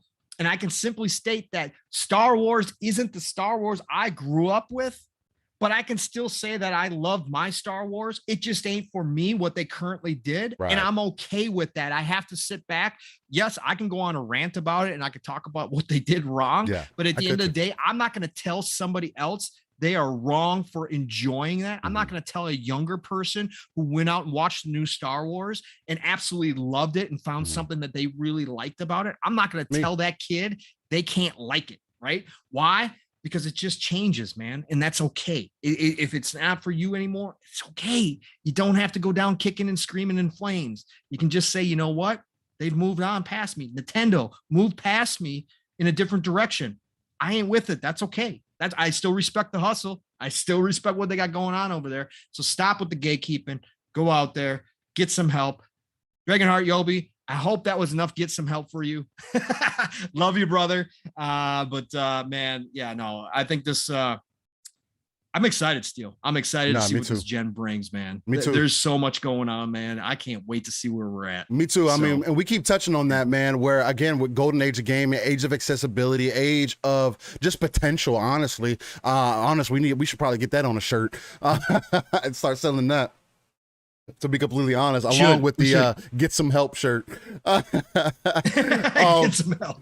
And then Massive Wreck brought up the whole Pegasus Nation thing. Yeah. That fits in with the line, and I'm pretty sure Pong would agree with me, of that shit is corny. It's corny as fuck. That shit is a fucking clown show. To be completely honest with you, I don't give a damn how you feel about it. You're starting a group full of people who are gatekeeping a hobby. What else do you do with your fucking life? Can you tell me that? Guess what? Please. Guess what? The it's just jokes thing doesn't work anymore. No. It's corny. It's not just jokes amongst friends. You do that in private. You do that amongst yourselves. You do that little stuff. If you're doing it in the public eye, it's because you are trying for attention. Create a narrative, and for attention, exactly pure and simple, and you're putting negative energy out in the world is the point at the end of the day. And we should all try to put less negative energy out there, because guess what? There's already too much of it. And we should try to look at the positive side of things. I don't say that you have to be happy all the time. I'm a realist. I understand that doesn't work, but what you put out to the rest of the world, if you're putting out garbage like that, you're not adding anything. You're subtracting from people's lives, and you're subtracting from the experience of what this community could be as a whole, which should be celebrating the golden age of gaming right now across all platforms. What's happening right now is special. So, and again, hey, to each their own. That's what makes us different, and we'll continue to preach these things and continue to say these things. And that's just the leg we stand on. We just because we're just not so caught up in our own feelings and our own opinions and everything else, and we look at everything from an outside view. I don't think it's a negative. I think it's actually an extreme positive, because we're being more open about it, right? And allowing the people to have more of a educated opinion rather than just some nonsensical bullshit. Just to be honest, man, like having fun and telling jokes and shit like that is cool, but at some point you can't make fun of the handicapped kid and just say, oh, it's just jokes. No, it's not just jokes. That shit ain't funny. It's not corny. I mean, it's not that it's not corny. It is corny. There's nothing to get around that.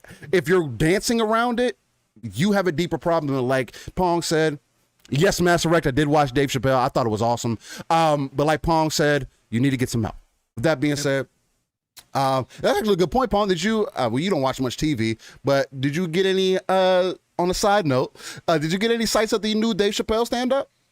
No, I've read up on it and stuff. I will probably be dipping into that. I love Chappelle. I've watched all of his specials. He said some funny shit. Shit was funny. Yeah.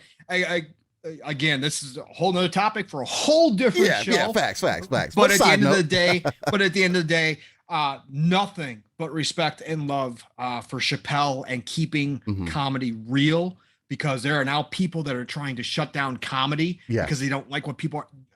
When you shut down comedy, guess what? It's over. We were just talking about jokes amongst friends. Professional comedians, people who go tell jokes for a living, have every right to touch on every subject that they want to, as long as they keeping it real across everything. And Chappelle, he does slams everybody. He does and that is where we can't cross lines like that. Yeah. Man. So I'm happy he's still out there doing his thing, despite everybody else. And I probably will be watching the show because I love that. I wanted to bring that up just because Master Rec brought it up, and I did watch it. And I thought it was hilarious. He had me crying at some points. But again, I also come from that old school Def Jam, you know what I'm saying? Of the comedy jams and things like that. So I'm used to that type of shit. You know what I mean? I grew up with that type of shit, but that's neither here or there. I grew up on Eddie Murphy Raw, for God's sake. I love that. I love that's my shit. Eddie Murphy. Come on, man. I'm like, again, side note, I'm salty that he apologized for it. Yeah. Oh, so am I. To me, completely 110%. I'm salty. He apologized for it because again, that's what makes comedians so great. But anyway, that's a whole nother topic for a whole nother time. That was a good time. That was a good point, Master Rec, and I appreciate that. That's what makes the chat so great. Again, bringing the life to the podcasting space. That's what it's about, man. The energy, the passion. All right. With that being said, okay, we kind of came off of a bit of a serious conversation, and we want to lead it into another serious conversation because I'm pretty sure it's going to be something that me and Pong are probably going to be in and out of all weekend long, and that is Battlefield 2042. Now, I'm gonna start off with myself because I know Pong. We went quite a bit for talking. I'm gonna give him some room, and he got some allergy things. I want his throat to get some time to be able to chill out for a minute. No homo, but Battlefield. I definitely want to give people my opinions on it because again, I'll say it again. I've been a Battlefield player since Battlefield 2 on PC, so I've been playing Battlefield for a very, very long time. I don't mind Battlefield only being multiplayer only. And I talked with my wife about this with a little bit in the background. My main concern for Battlefield 2042 is the overall structure of the game currently. I was playing it on Series S, and it did not look that great. It played fine, 60 FPS, everything else, but it was extremely pixelated as far as like the depth of field goes, everything. I was telling Pong, because you had the one map that has a tornado come through and everything. I was telling Pong, like, because he was telling about, man, look at the tornado and everything. I'm looking at the tornado on Series S. I'm looking at the tornado and it's fucking pixelated. I'm like, well, okay, well that just kind of takes me out of the experience, and along with some other things that are kind of pull me out of the experience. Now, the only reason I make that comparison is because, unfortunately, Call of Duty doesn't have that problem. Yeah, as great as Call of Duty may or may not be, especially Warzone, it doesn't seem to have that problem. For a multiplayer-only game that you're charging people $60 to $70 for, of course, us, being me and Pong, $100 for, and you only have multiplayer, I have a concern about the way the game is where the game currently is at this point. Especially coming off of the Halo Infinite beta or flight, because I don't want to consider that a beta either. That's a flight. They're not saying, oh, it's an alpha, it's a beta, it's a Charlie, they're not saying any of that. So I have to call it a flight. I just feel like there's a big distinguishing factor there. But Battlefield, this is the beta. This is, hey, we're releasing the game next month and here's an early peek of what we have. Now, if in the background I've been hearing that, oh, this is a 3-month-old build, if those things are true, then I do have some hope. But I have also seen people make some solid points and say, hey, well, why would you give your first look at this game before a month out and then say that this is a 3-month-old build? Well, there could be plenty of reasons for that. They could be working on the current build and it's not ready for it to be play tested or whatever else the case might be. But I also understand where people are coming from with that. There's a lot of things as far as like pop-ins, as far as people randomly floating in the air, as far as you falling through the map, as well as you going up an elevator and you falling through the elevator, you going through doors, the doors don't open, you just walk through them. So you're Casper, everybody's Casper. There's some hit detection issues. There are visual issues other than just the pop-ins and everything. There's some visual glitches. My game at least on Series S, has had some bad screen tearing. Now, on PC, it has not been that bad. Pretty much how Pong is probably going to touch on in his experience is pretty much of what I've had on PC thus far. Except for still falling through the map, clipping through things, randomly falling through the elevator, walking through walls and things like that is still a problem. For where the game is currently at, I am worried about Battlefield. And I don't want to be worried about Battlefield because underneath it all is an amazing game. The best Battlefield potentially to date, to be completely honest, especially for a modern Battlefield. Being able to drop in a vehicle based off of how well you're doing, or just, I believe that's what it's based off of, that's what it seems like, based off of how well you're doing, by tapping the LB, RB, or L1, R1, depending on what console you're playing, is an amazing thing.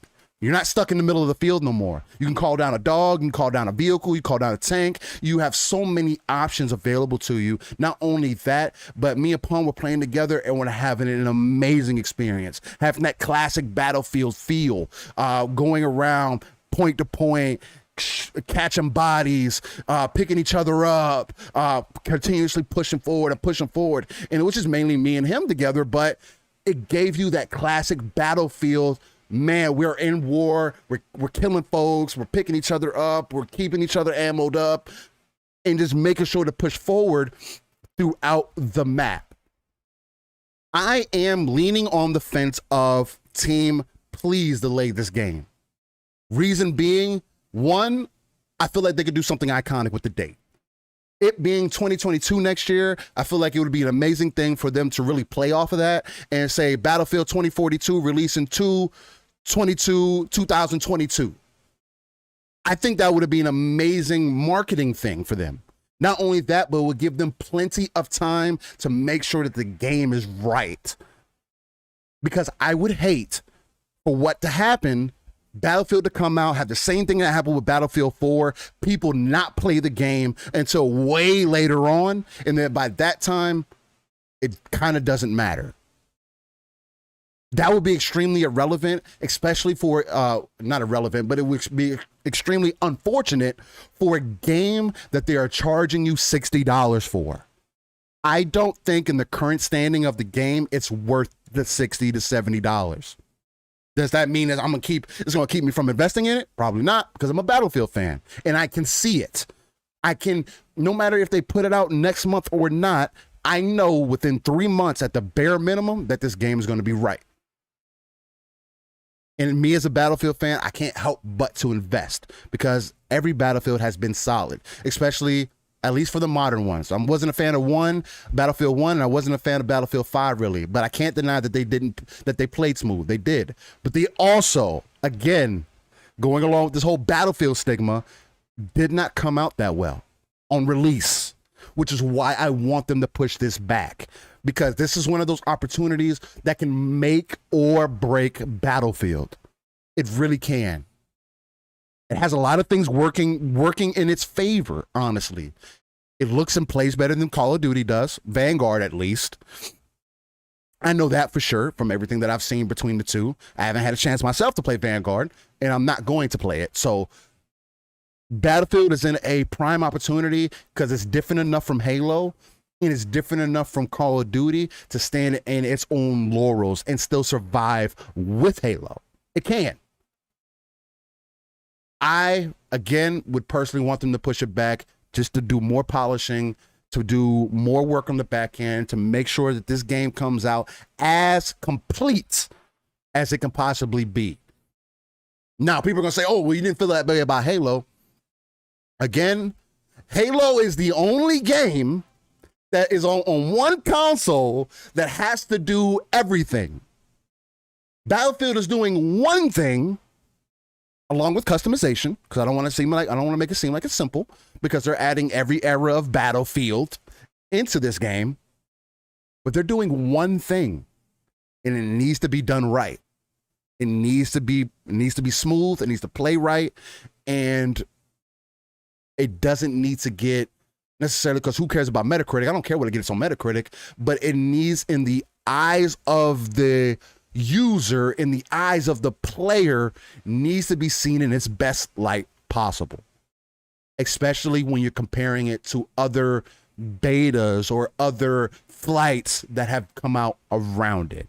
It has been the least polished of them all, to be honest, but it's not as bad as other people have been trying to make it seem. That's the other thing also, so keep that in mind.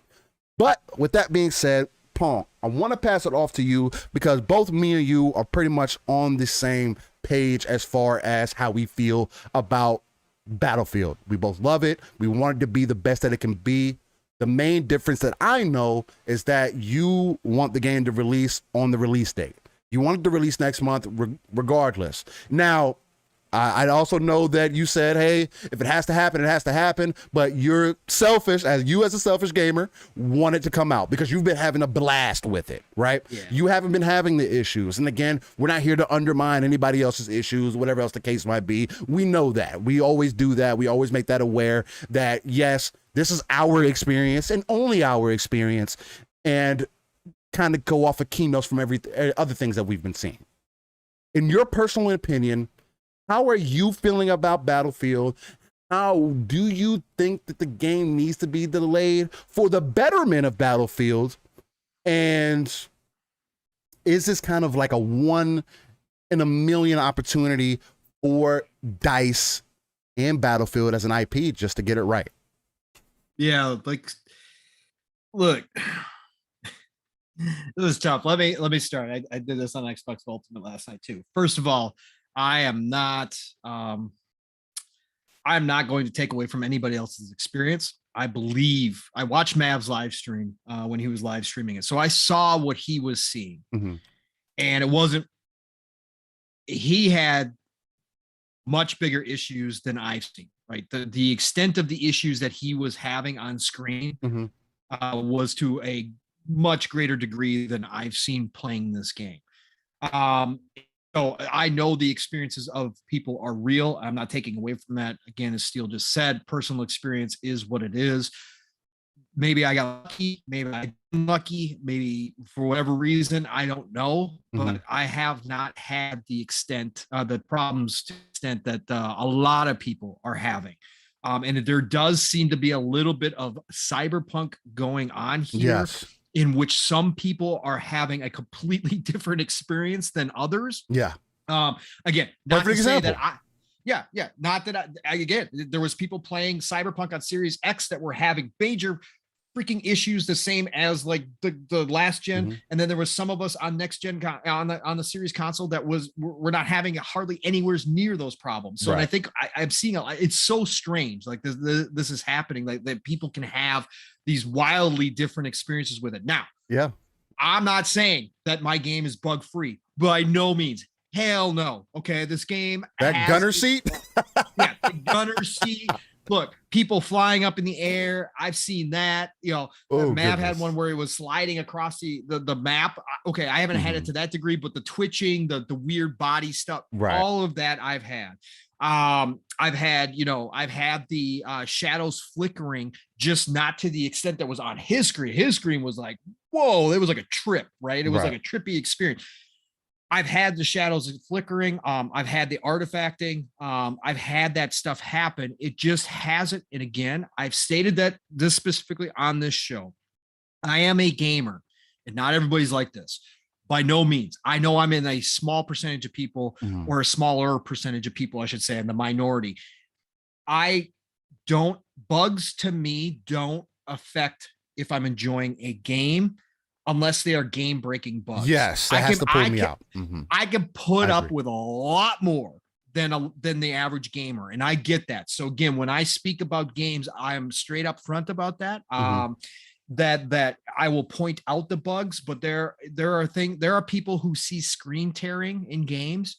I don't see screen tearing in games. I don't know if I've ever experienced. I've like looked up personally videos, you'll know, to try to see. But to me, I just don't think I notice it. Like I'm not looking for that stuff when I go to play a game. I didn't see it. I haven't seen it. Yeah. So for me, again, it's a different. I look at things differently. So yes, Steel, you were right. From a selfish gamer standpoint, I want this game to release because I was looking forward to 2 games this year. Starfield, which again was never set in stone. I understand that. I just really thought I had a shot at this year. I was looking for Starfield. I was looking for Battlefield. I'm a casual Halo fan. What Halo has shown me has been absolutely fantastic. I'm going to enjoy the hell out of Halo. Okay, don't get me wrong there. It's just not one of the games I was most looking forward to this year. Okay, Halo is Halo, what it is to me. It's just never been that big of a deal. Okay, but I understand why it is. Again, I give Halo all the props. It's going to return to the top of the mountain this year. Okay, it absolutely is. I have no doubt about that. It's going to be the most played game. Battlefield was just one I was looking forward to. I've been waiting 8 years, longer me too. than longer than the Halo fan base has been waiting for a new Halo. I've been waiting for a modern day Battlefield. For them to return to form. Okay. Battlefield 4 was a mess when it launched. It eventually got to a really good state. Battlefield 4 is excellent. Amazing. Bad Company 2 is my favorite. Amazing. My second favorite is Battlefield 3. I was trying to think last night on Xbox Ultimate, what's the last Battlefield that came out that wasn't broken into some degree. And I think it's either Bad Company 2. It was Bad Company 2. I think it was Bad Company 2. Battlefield 3 it didn't have major issues. It had minor issues, which they cleaned up real quick. And that's why a lot of people think Battlefield 3 is their favorite. Battlefield 4 was a mess. And then ever since then, I think Battlefield 1 launched in a really good state. They did have some issues with some things, but they fixed those right away. But again, that's an old style of warfare that I liked. I did like Battlefield 1, but it was an old style that kind of just for me got old after a while, pun intended. I didn't use it twice. So coming into Battlefield 2042, I freely admit that I have bias, that I have I just want it because I want it. I'm overlooking things to a certain degree just because that's me when it comes to games. So yes, selfishly, I want it to launch. But I have said repeatedly on this show, on other shows, when we talk about Battlefield, I am scared for the franchise as a whole. I said that EA and DICE need to stick this landing. If they don't stick this landing, I don't know where this franchise goes in the future. Even though they have a big plan with this one, and I have faith that they would fix whatever they're going to fix. Again, playing Battlefield 5 from day one to day now is night and day. From where it was. Feels completely different. Night and day. You can even go look at Battlefront, Star Wars. what that day. launched as and what that is now, there are people who honestly play that game nonstop right now because it is such a great experience. Yeah, they fixed their game, so I have no doubt about that. But they need to stick this landing because they cannot afford to lose any more of their base. They have a golden opportunity with the state that Vanguard is in. Yeah, Halo's going to be Halo, and Halo is looking fantastic. It's going to be the king. But with the state that Vanguard's in, Battlefield has that opportunity to slide into that role, that modern warfare style game that a lot of people love. And they have a golden opportunity to steal some of the Call of Duty fan base. Not all of it. Call of Duty is going to sell like gangbusters. It is what it is. I can't. Again, it's like Madden. It's like anything else. It sells like gangbusters because of the name, but it's in a terrible state. There are people ripe for the picking to convert back over to Battlefield again if they nail this 100% out the gate. I have great fear. I can only hope and pray that the 3-month-old version that they are claiming this is what it is, and that they fixed a lot of the major stuff that we see going on that other people are experiencing. I can only hope and pray that's the case. I can only hope and pray that this is not a CD Projekt Red style press release trying to make things seem better than they really, really are, because they have to, because the board, because the higher ups at EA and the board are not going to allow this game to be delayed again. Even if it needs it, they're going to push this thing out. From what they are saying right now, I think this is coming out hell or high water. And I don't think that there's anything stopping it right now. As you alluded to, Steel, if it had to be delayed, I'd be personally devastated, but I would understand. Because again, I want this game to be good, and I want people to be able to enjoy this game for the right reasons, not hate it for the wrong reasons. I don't want this to turn into that situation, because then if they can't nail this and it does not succeed the way they need it to succeed, then I fear for DICE as a team. I think that this is going to be the old EA that steps in and dismantles this team. And then the way forward with Battlefield becomes very, very murky. I said it on last night on Xbox Ultimate. If they were to disband DICE and there was no team that was handling Battlefield, really the only savior that they could ever do, and I don't know if they could do it just because the team isn't big enough right now to handle as many projects as they're handling, is give it to Respawn and have Respawn reboot it or fix it or whatever the case may be. That would be the only way out of this. So for me, I'm scared. I'm really scared, because Battlefield is one of my favorite franchises of all time, as you guys can tell. I don't want to see it go away. It has a place. It's unique. It's different from Call of Duty. It gives you a totally different experience than you can find elsewhere with modern warfare shooters. And I don't want to see this franchise go into a state of limbo. I don't want to see that happen. I think they've got a lot of good things going. I think the portal that they've created, where you can edit the battles, the battle style, and then you can bring in the old, or you can bring in the Bad Company 2 stuff. You can bring it. I think it's genius, and I think it has a lot of potential. I think down the road we could see it expand even further, where you can edit the maps.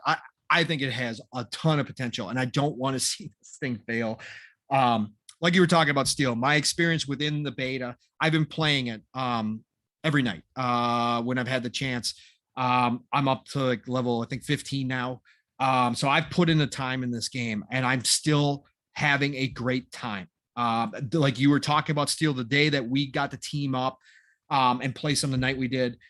Look, there was times where we were like, in Battlefield, you were running around and there's, you seem to be running forever. You get sniped. Yeah, that's still there, right? Because this map is gigantic. It's 128 players.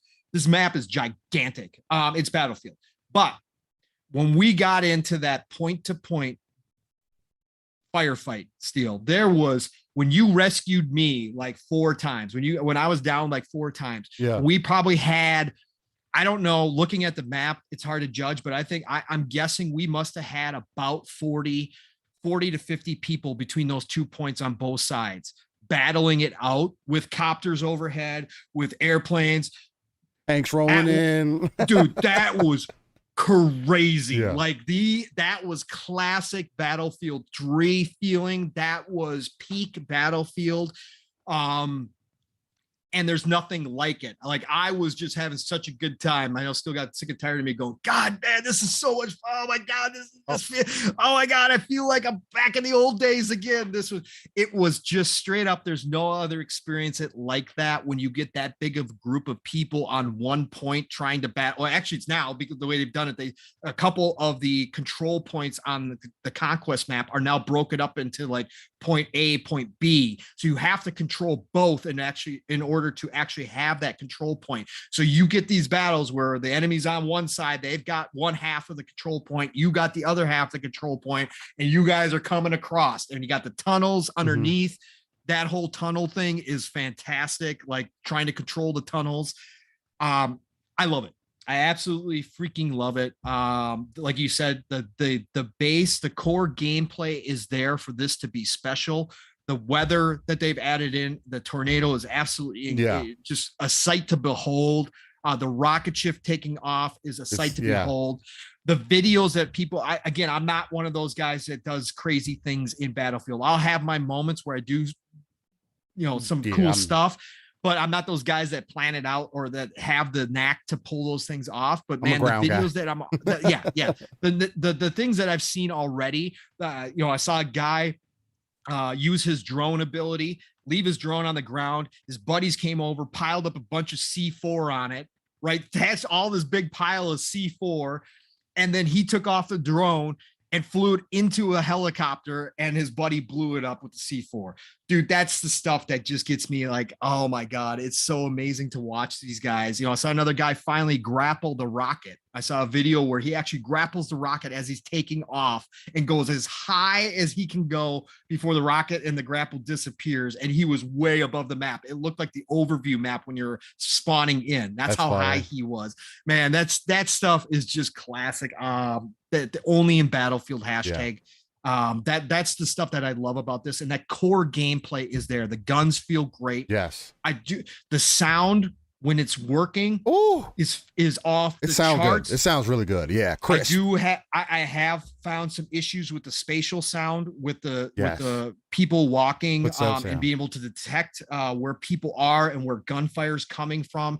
And sometimes the sound will glitch out and you won't get that explosion that just dropped by you, or you won't get that gunfire right next to you like it's supposed to be. Right. I have seen that. That's an issue that they have to fix because they are known for their sound. But when the sound is kicking, there's nobody that does sound better than DICE at the end of the day with a Battlefield. There's just things that bullets whizzing by you, that sniper shot that just barely misses your head. When you hear that tank fire, you're looking. Where'd that come from? Yeah, exactly. So that is all there. And it's the pieces are in place. Let's put it there, but they don't have the puzzle put together. So again, I'm not going to take away from anybody's or deny anybody else's experience. There's been people that have had awful experiences. Shout out to Mr. Badbit Joe last night. He came in hard, right? I came in with this basic speech here about how much I'm enjoying it, that they do need to fix some things. Joe came in hard and said it's a broken mess and he won't play this. He said he would give it a 3 out of 10 right now. And he said it's a broken mess. And so shout out to him. That's his experience. And I'm not taking it away from him. But I've seen some people enjoying it like I have. I just again, I'm scared for DICE. I'm scared for the franchise as a whole. And I just really, really hope they have it fixed.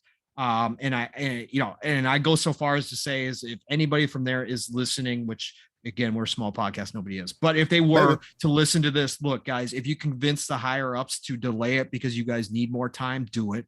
I want this to be the biggest success possible. If you need to delay it till spring, if you need to delay it till summer next year to get things right, do it in a heartbeat. Make this the best Battlefield ever. Vanguard is going to come out broken as all get out. It's not going to be fixed. Activision does not fix their games. Call of Duty Cold War to this day is still broken for many people. Look, you got a golden opportunity here. Make Battlefield 2042 the best game possible. I'll wait for it. I'll be devastated, but I'll wait for it.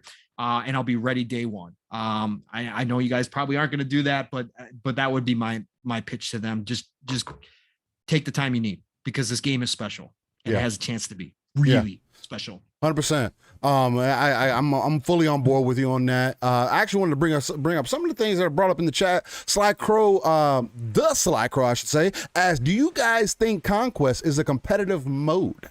For me personally, because there's too much going on, I don't see 64 people getting together. You can't have that many people in a party. But even in squads, I don't think Conquest is a competitive mode, because so much can go on and it kind of goes back and forth. I guess it could be if you said, hey, we're going to play this competitively. I'd love to see 128 people get together, like that were competitive players, team up and do a 64 on 64. I think that would be dope. That would be, dude, can you imagine the people that can fly helicopters and planes, man? If you had specialists like that, man, that would be something cool to see. But overall, I think it's competitive? No. Yeah, Conquest is not competitive. And the biggest reason I say that is because you hardly can't find people half the time. You know what I mean? And when you do, you either get sniped, or when you do end up finding people, it's not like you can rack up tons of kills. I mean, you can, but it's not like competitive in the way like other shooters are. You know what I mean? But I do believe it's going to have its competitive side to it. Every Battlefield has had a small quarter kind of fight that you could also have or small scale conquest or small or rush or things like that. I would consider those modes more of a competitive mode more than anything else. But the one thing that did turn me off from this, and I think it's Sly Crow also brought this up, was the medic thing. The medic class is kind of irrelevant. Like, it's kind of useless. Oh, they basically took it out. Like, what's the point of being a medic other than having, because not only you got the dart gun and you can't see the health of people, so you don't even know who you're supposed to shoot with the health. Yeah. Okay, so I mean, there's that, but then like previously, the medic was the only one that had a defibrillator. The medic was the only one that had a med pack. The medic, like, if you didn't have a medic made a difference, especially if you had a crew of solid medics. Yep. They made a hell of a difference. They're like, they could turn the war on a fight quick. You know what I mean? That felt kind of pointless. Because, I mean, it has its useless, but at the same time, is it useful? Is it worth it more than you getting an engineer class? And maybe, is it worth giving up a medic pack is it worth giving up an RPG or some kind of launcher for a medic pack? No, I don't think so, personally. Especially in this game, like, no, I need some kind of launcher. I need an RPG, I need something to shoot some vehicles out the sky. I need something. Especially with me having a defibrillator, because I can just pick you up, honestly. And that's the biggest thing, which I think is a positive, even though people act like they don't pay attention and can't see, but because you could pick everybody up if you got the time to do it, which is, it's a cool feature, but it makes the medic class kind of completely useless, at least to me. Now, again, has a dart gun, you guys see the health bars and things like that. That's cool and all, but it just kind of takes away from the whole class perspective, which is like, that's the other thing, is that you can literally mix and match, which is cool, but at the same time, don't give me classes then. Because you kind of, you're pulling away from why there was classes in Battlefield in the beginning. Like, you're completely pulling away from it. If you're just going to let me do whatever I want, then just let me pick a soldier, do the same thing Call of Duty does. Let me pick a soldier, pick a gun, pick whatever side thing I want, whatever attachment I want, and then go from there. If that's the case, I don't know. That's just me, and that's how I've been looking at it. But that's neither here nor there. No, I totally agree with you. And shout out to Geezer. You're right, Geezer. I again, for all you Battlefield players out there, for 90% of you, don't run past a teammate. Please start reviving. Maybe you can use the excuse that, well, I'm not used to this, that I can pick up people, but it shows you on the screen that you can pick up people. I hate that. That's just, dude, come on, man. This is not Call of Duty. Go play Call of Duty if you want KD. Yeah. Okay, go play Call of Duty. Play Battlefront or Battlefield the right way. Here's the other small thing I will say. I've been playing against probably about 75 to 80% on PC players while I'm playing this game. And outside of sniping, they've done a great job of not giving the PC players a big advantage outside of the long distance sniping. Long distance sniping is still way skewed towards a PC player versus a controller player. I should say keyboard and mouse player. Skewed heavily towards them. They do have a much better shot at taking you out before you can take them out with the controller. But otherwise, close combat, I have not felt that big of a difference. I've not lost too many fights. There have been a couple where I've been like, okay, PC. But for the most part, it's pretty even, and they've done a nice job with that. So. Yeah. The only other complaint that I kind of have is and it could just be because it's the beta.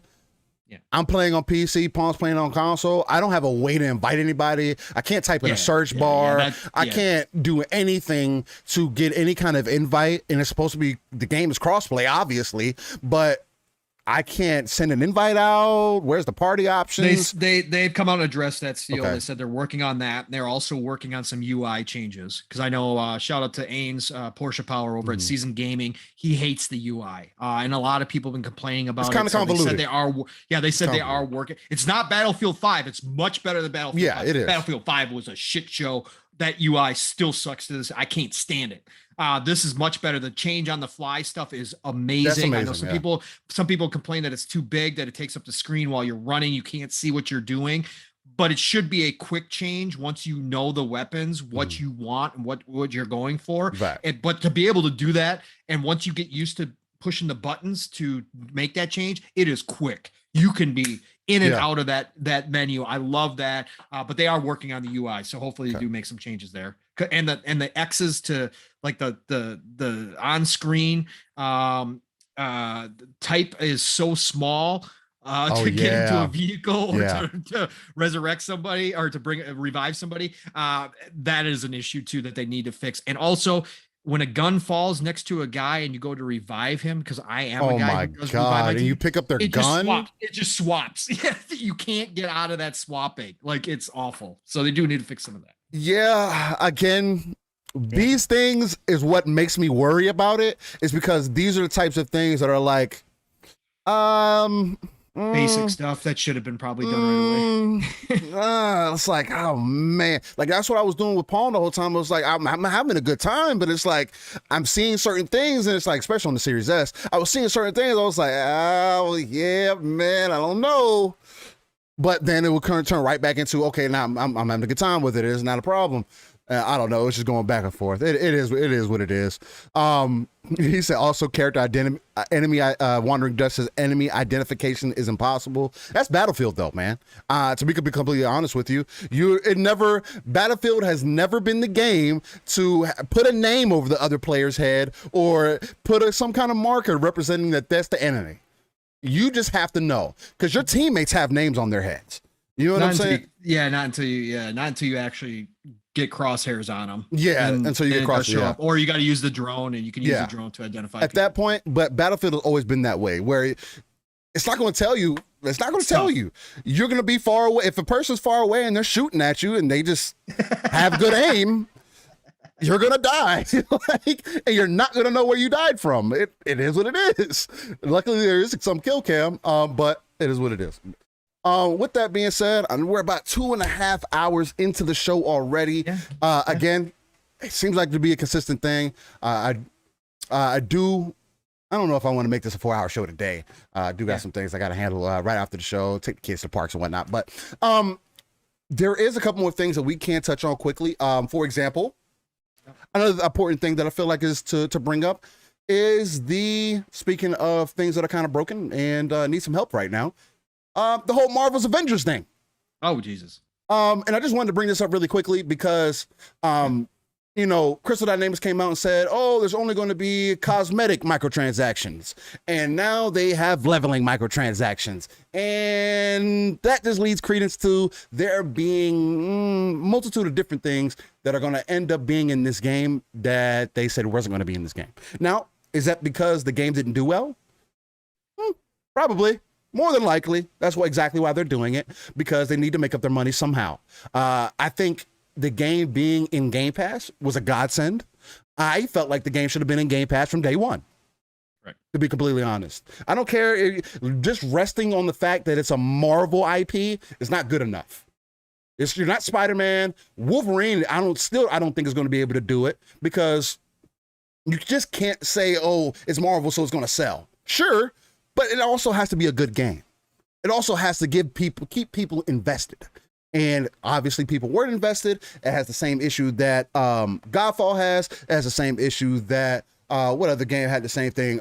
Anthem had, and just carried on those same mantles of games that seem like they want to be looter whatever games, but don't have any spectrum of how to do it correctly. Outriders. So Outriders, another one, same thing. Over time, it did get better over time, but man, you had 3 months there where towards nowadays you don't have that time. You don't have that time. Especially with me. Get that time. Especially with me. I gave you plenty of time, Outriders. I had 60 days where I was kind of invested in the game. Yeah. And at the end of that 60 days, and I only say 60 days because I can remember being 2 months, I was fully invested in the game. Yeah, we beat it. We beat it together. And we beat it. And we beat it together and everything. But after 2 months, grinding, everything else, me having issues getting weapons or leveling up, damage not being outputted right, them making up and down changes, balancing issues, I dropped the game. Yep. Unfortunately. And I was enjoying it. I was. But it didn't keep me invested. And that is a problem, especially going into an era of you're either going to do it right or you're going to not, or you're going to do it wrong. Easy. And in this era, you cannot do that because you can easily be replaced by another game. There are too many free-to-play games out there for you to come out with a game that you're making people pay full price for, or in this example for Game Pass, where you want people to be fully invested in and don't do anything about it, or the game wasn't ready and needed time. I feel like over time there's gonna just be more and more references to scenarios like this, and it's unfortunate, but it has to lead credence somewhere. Somebody has to start looking at these things and being like, all right, man, maybe it's just better for us to kind of push it back a little bit than to just rush things out. So how do you feel about this whole Avengers thing, Pong? With the whole, I mean, I jumped into the Avengers, and I'm actually enjoying it. As everybody stated, the single player is really well done. Again, I'm not invested in the characters like a lot of people, so for me, it is what it is. The loot system is weird. They shoehorned in a loot system that doesn't make sense. Like, why am I upgrading Hulk's spine to make him do more? Like, what? Like, how does that do anything? So for me, I'm happy it's in Game Pass. I'm happy I get to try it. I'm definitely going to probably play through the single player campaigns, depending on how long it's in there for, as I work it in between other games, because I am enjoying myself. The combat system is it's deeper. Good. Yeah, it's nice. It's deeper than I ever expected. It's got some combos. It's got some skill sets. Obviously they got big giant skill trees. It just feels like you said, Steel, from the get-go, this game was built around the idea of monetizing it more than it was built around the idea of let's make a great Avengers game. They went to Crystal Dynamics and said, we need you to make a looty Avengers game that we can monetize. And this is what I don't care what your ideas are, just find a way to do this. And they kind of just forced it in there. Not respectful of the fact that, again, if you talk to a looter shooter fan, most of them nowadays in 2021 expect you to be able to see the changes you're making when you equip new loot, that you want to see that on your character. And like older games like Diablo 2 and stuff, they even had it to a certain degree. But I can respect those games because at the time that wasn't a thing so much. But now 2021, you're coming out with a brand new game. I better be able to see the loot I'm putting on, right? Even if it looks funky, even if it looks crazy, I better be able to see it. Yeah, exactly. But I do, again, because I'm not invested in this game like a lot of people.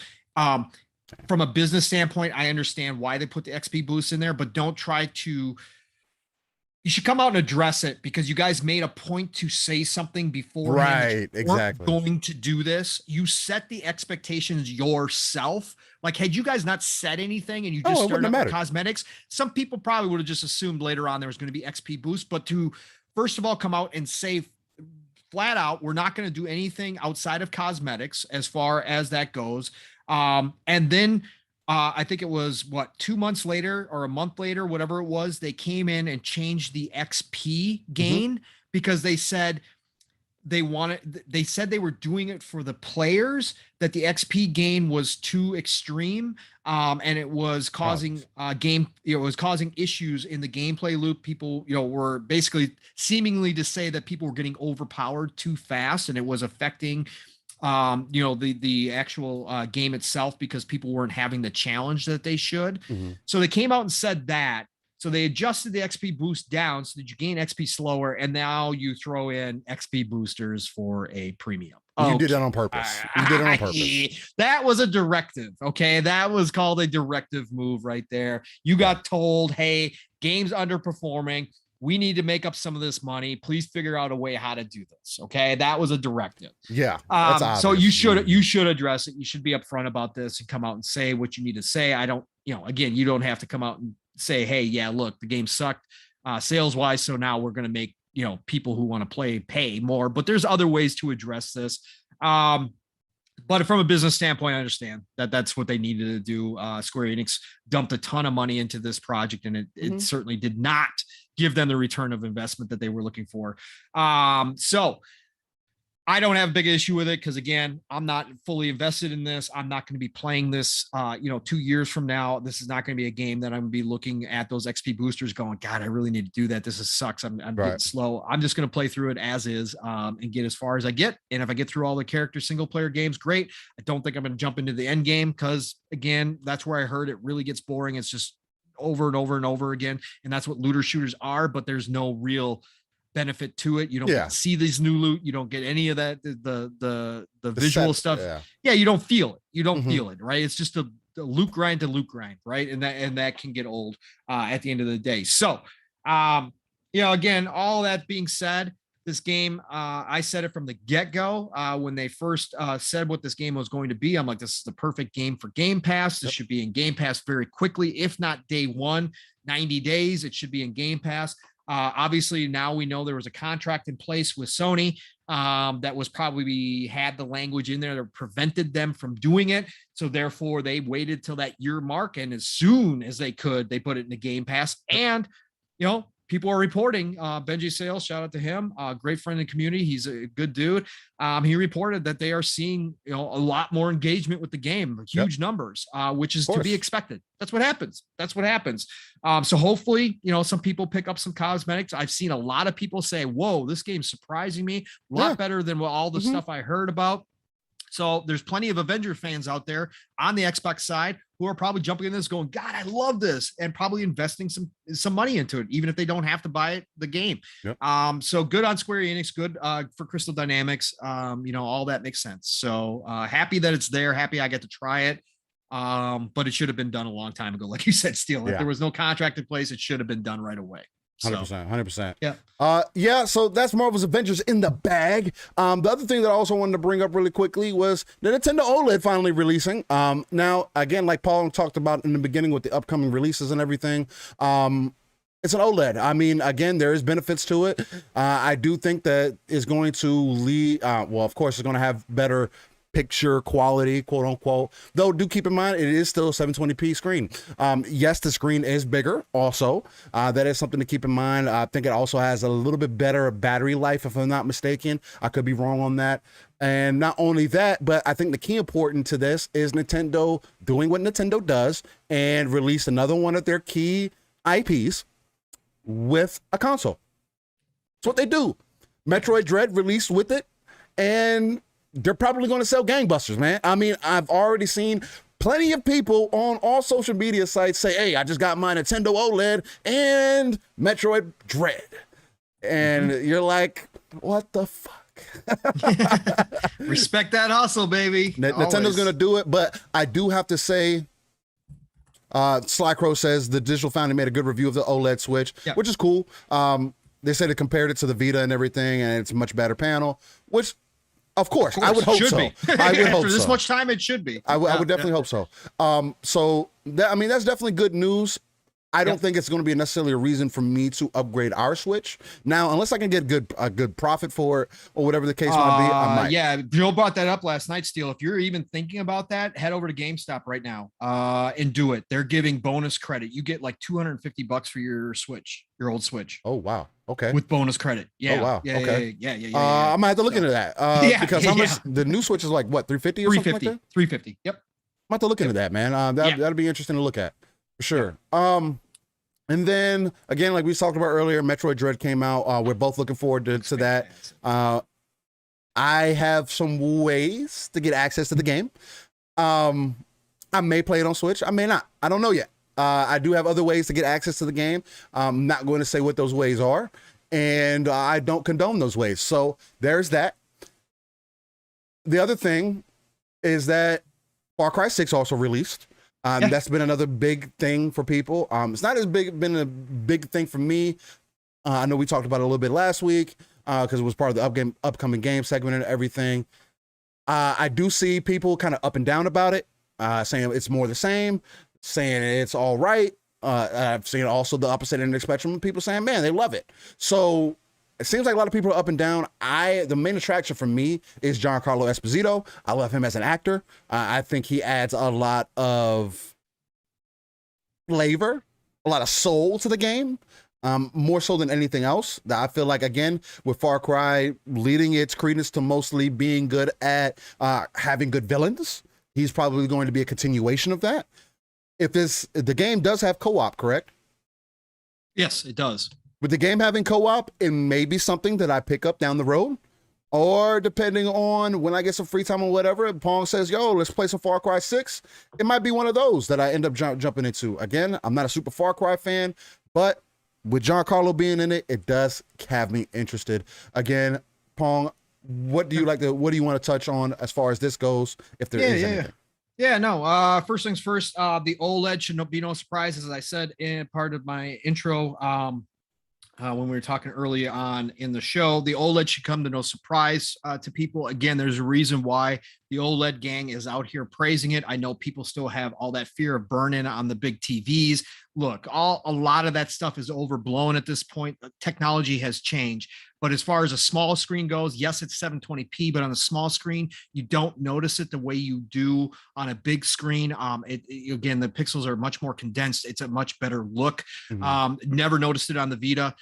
Again, when you play on a small screen, it looks gorgeous. The OLED, for any Vita owners out there, again, should be no surprise. It does give you a much brighter, more crispy look to every game.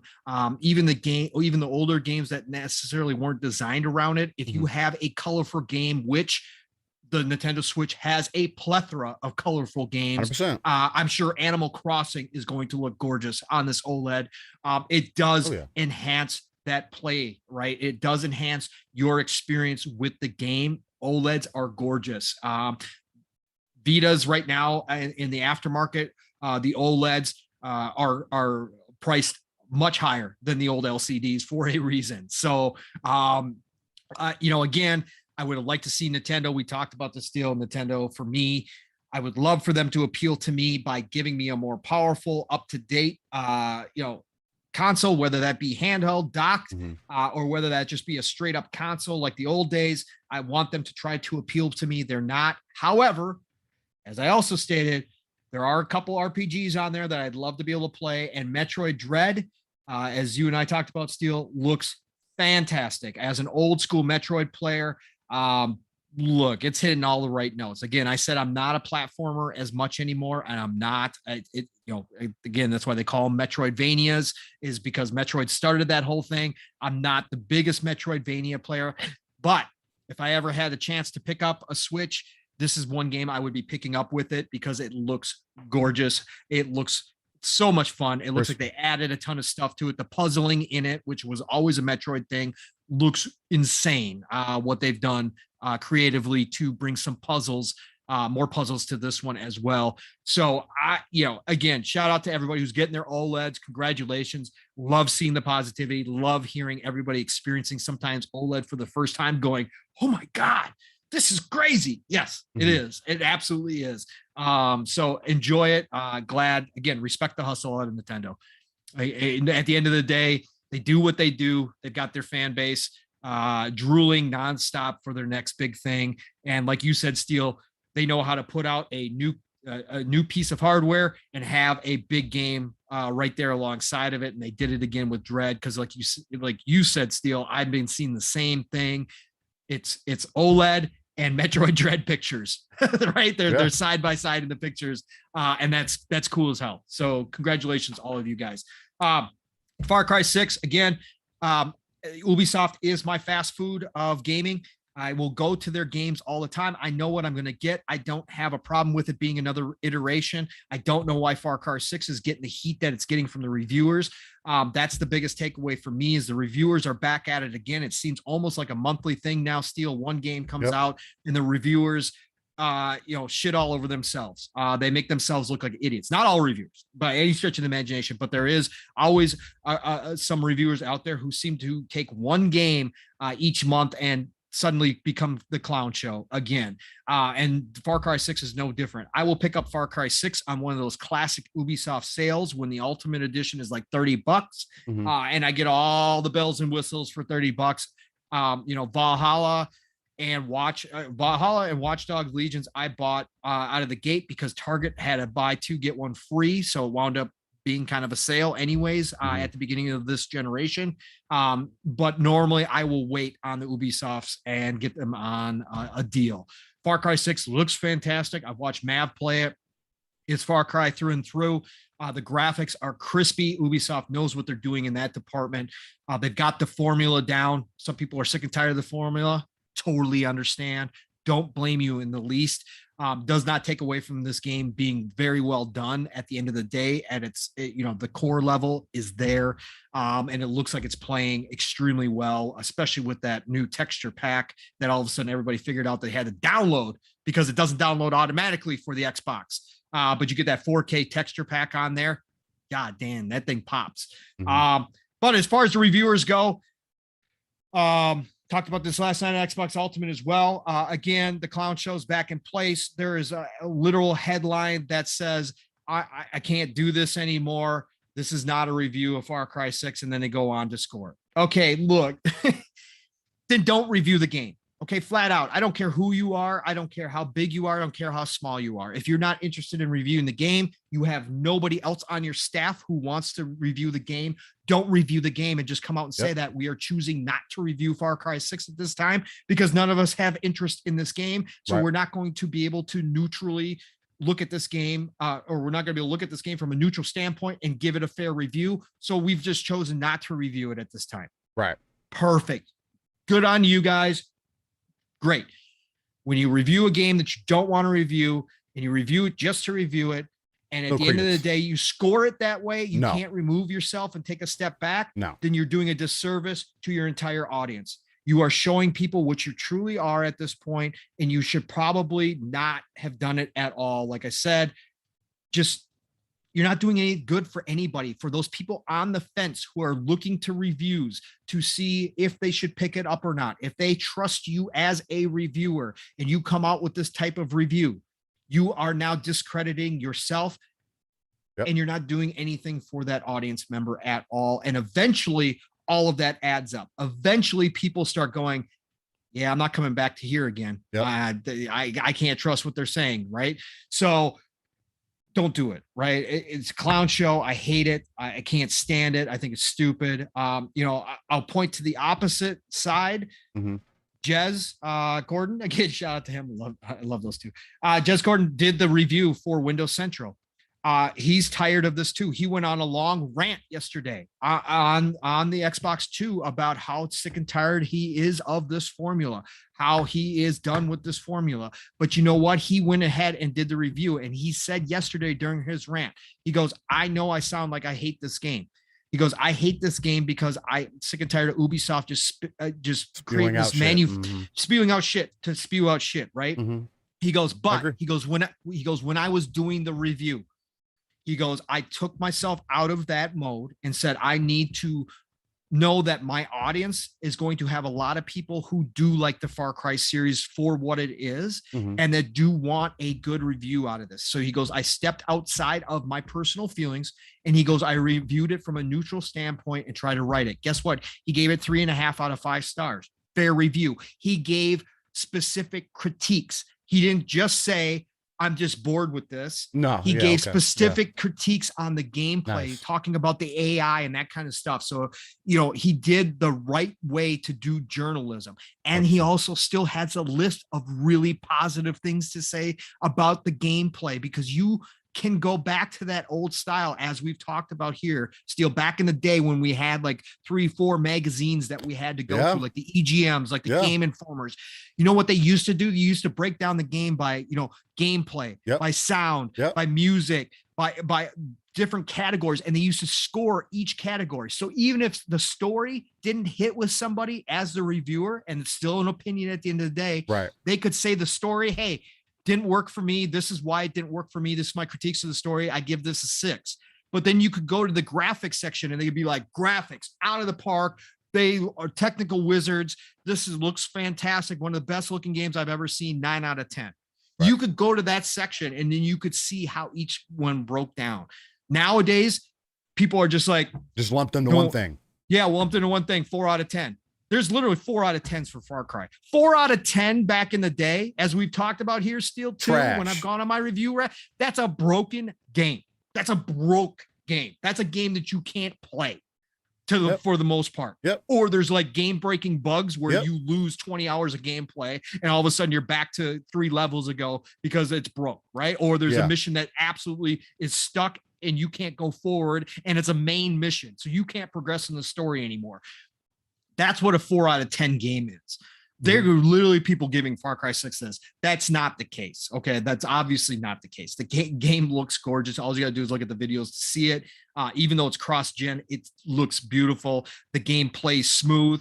The performance levels are off the charts. The gunplay is excellent, as it is in most Far Cries. If you like that style from a first-person shooter aspect, all of that is in place. The weapons are crazy. The unique weapons are crazy. The vehicles, the customization that you can do, all of that is there, right? So none of that is broken. Nobody's had a problem where they can't finish the game. Nobody's had any issues with the side missions at all. None of that. So the worst people have been saying, honestly, like Jez pointed out, is the AI is extremely dumb. The AI is extremely dumb, and they think in 2021, Ubisoft should probably update their AI coding because it sucks. And I can't disagree with it, right? I can't argue with that. So reviewers, again, dismiss the ones out there saying this BS, dismiss the ones that are giving this like 4 out of 10 or any kind of low score. If you need to be on the fence about this Far Cry and you want to get some honest opinions, look for the reviews that, you know, are at least 6 and above, 7 and above, because this game, no matter what, at the end of the day, no matter what you think about it, probably deserves that. People have said the acting is great. Giancarlo is just amazing in it. You know, Jez did say the rest of the writing outside of some of the main lines was not very good, that it was subpar writing. Okay, I can hear that. But you, again, dismiss the ones that are out of, you know, the ones that look like outliers in these reviews probably are outliers. So look to the other ones if you are needing to read some reviews on this. But otherwise, again, it'll be a game I pick up down the road. Like you said, Steel, maybe someday we'll co-op it together because the co-op is always fun in Far Cry. Yeah, so, that'd be dope. Sure. Yeah.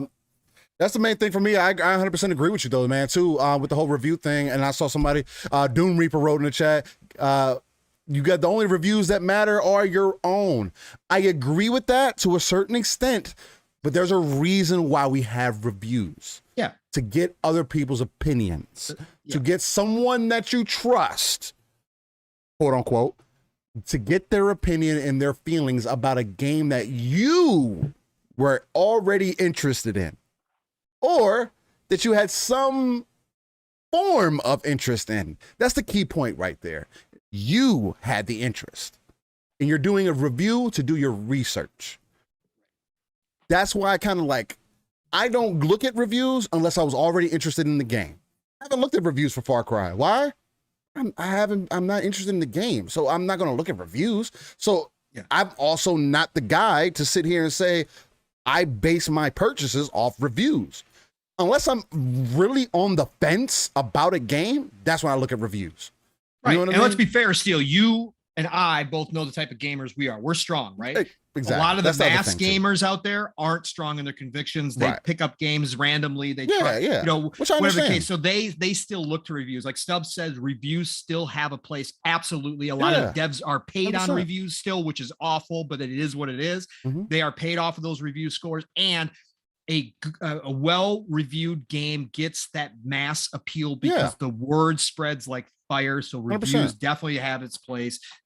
Just to us strong gamers that have been doing it for a long time and know who we are as gamers, we just don't use them the way that others do. That's and there's nothing wrong with that. And I just want those people to know that take everything with a grain of salt. Don't take everything so literally. Again, you're never going to know whether you're going to have a good time with it or not unless you already had interest in it. But you don't just listen to one review. Go look at multiple reviews. Look at all the reviews, and then look at the game overall. Is it your style of game? Is it something that you would even want to play? Because that kind of goes deeper than just the review. You know what I mean? Like there's a lot of things that, again, like you used the example, Pong, people saying it's more and more of the same. Maybe you love more and more of the same. Correct. I mean, you know what I'm saying? People like to say that about Halo. Oh, it's more and more of the same. But guess what? Devs should never change just to change a game. Don't ever change just to change a game. That's not how this works. That doesn't make sense either. Because then you're going to complain, oh, this game's too different. Right. Okay, so what do you want? That's the kind of area the gray area that we're really prevalent in now, is that gray area. Because people want games to be one way, but they also want games to be the other way. And then if it turns out the other way, then they complain about it. But if they fix it, then they still complain about it. That's why I like to sit on the lines of let the dev make their game, and then let it be that. That's one of the biggest problems I have with the Coalition, for example, is that they didn't let Gears 5 be their game. They let the community constantly complain and make unneeded changes to the game when the game was just fine. Gears 5 does not need to be for everybody. Every game is not for every gamer. I understand you want it to reach people. 343. Yeah, same thing. Yeah. It doesn't have to be for everybody, but stick to your laurels. What do you want the game to be as the dev? Now, you want the game to grow, of course. Having criticisms and everything and having perspectives and everything come in is cool. But completely changing the game and flipping it on its head when it wasn't a problem because the base of people who don't actually really play the game like that are bitching about it is not a good reason to just come off of whatever your vision was. Especially after Far Cry 5 being one of the biggest selling Far Cry of all time. And Far Cry 5 blew out the expectations. And Far Cry 6 is apparently better, but it's more of the same. Right. So where are we at? Tell me, you know what I mean? So again, it just shows how we as gamers can be fickle, and we are fickle. And again, like me and Pong say, and like I said this episode, take that RTS view, man. Take that overhead view, scroll across the map, find your resources, and then build that base. You know what I'm saying? Put some tower defenses up. You know what I'm saying? Yeah. I like that. I like that one. But with that being said, all right, ladies and gentlemen, we are about 3 hours in. We are now getting into our This Day in Gaming segment. I do want to shout out to everybody in the chat. Again, if it wasn't for y'all constantly having conversation, constantly being involved, enjoying what we're bringing here, I don't know where we'd be at. We'd probably just be talking to ourselves, honestly. But not like that's the problem, because we could do that anyway. We could go for another 4 hours talking about whatever. But it's y'all that come here week by week that I have to appreciate, and I just have to shout out the chat again, because y'all have been amazing and shown us nothing but love. I do have to ask though, hit that like button, share us out, hit the bell notification so you know when we go live every Saturday. Again, I do upload to audio platforms about an hour after we go live, depending on what's all going on personally and everything. But I do try to typically get it uploaded same day, latest Sunday. So definitely keep that as long as you hit the record button too. That's true. As long as I hit the record button. That's another thing I keep in mind, which I did. Hey. But but with that being said, with no further ado, let's get into this day in gaming segment where we treat gaming as art, as it should be treated. And we just kind of look back on our history. It's hard to know where we're at without looking at where we came from. So with that being said, yes, geezer, make me feel old segment. See, yes. Our chat is at this point, Steel, after that's 28 weeks. That's because of you. They have now finally figured out what this segment is really about. That's why because Steel created this. That's because you turned it into that. You came up with this pretty art thing, whatever else, but that was all cover for the fact that you just want to make us older gamers feel old. You know, that wasn't the goal, but the fact that you feel that way, I'll take it. I'll add that on there. It's a bonus reason. Now I'm playing. Yeah, no. All right, but with that being said, this day in gaming on October 9th, we're going back 34 years this time. Man. Ooh. We're starting with that. The NES in 1987 with Ultima Exodus in Japan. Oh, God, this game is really familiar to me. Ultima. Sounds really familiar. Ultima is Ultima 4, or no, Ultima 5, excuse me. Ultima 5 and Might Magic 2 were the two PC RPG games, because I had my Apple II GS, the last Apple home computer was made. Apple II GS. My parents, my mom and my stepdad spent a ton of money on it, and then Apple went under. And the Apple II GS died off instantaneously, but it was the last one. But these were the two computer games that got me into hardcore RPG playing. So Ultima will always have a special place. Lord British, shout out to him. Still kicking it. Just went into space, I believe. Dude, Ultima is a fantastic original RPG. I love that series. Anyways, nice. So again, it's the whole point. It's the whole point of this segment. You get to get those gears turning. You start reminiscing a little bit. You're like, I remember that. Look at where we're at now. look. I've got songs from back then, Steel, that when they play, I can picture myself in front of my computer playing Ultima and Might Magic 2. Wow, that's like funny. Legit bring me back instantaneously like this. That is amazing. I love those types of experiences. Yep. Then as we continue going to 1997, this is also crazy to think about. PC released Fallout. First Fallout. Man, that's crazy. I didn't get a chance to play it during that time. But that is crazy. I never played it either. I remember it coming out though. I do remember it releasing. And then also in 97, PC released Star Wars Jedi Knight Dark Forces 2. Great. I do believe I ended up playing that. I was raised with Star Wars, so I'm more than likely I did end up playing it.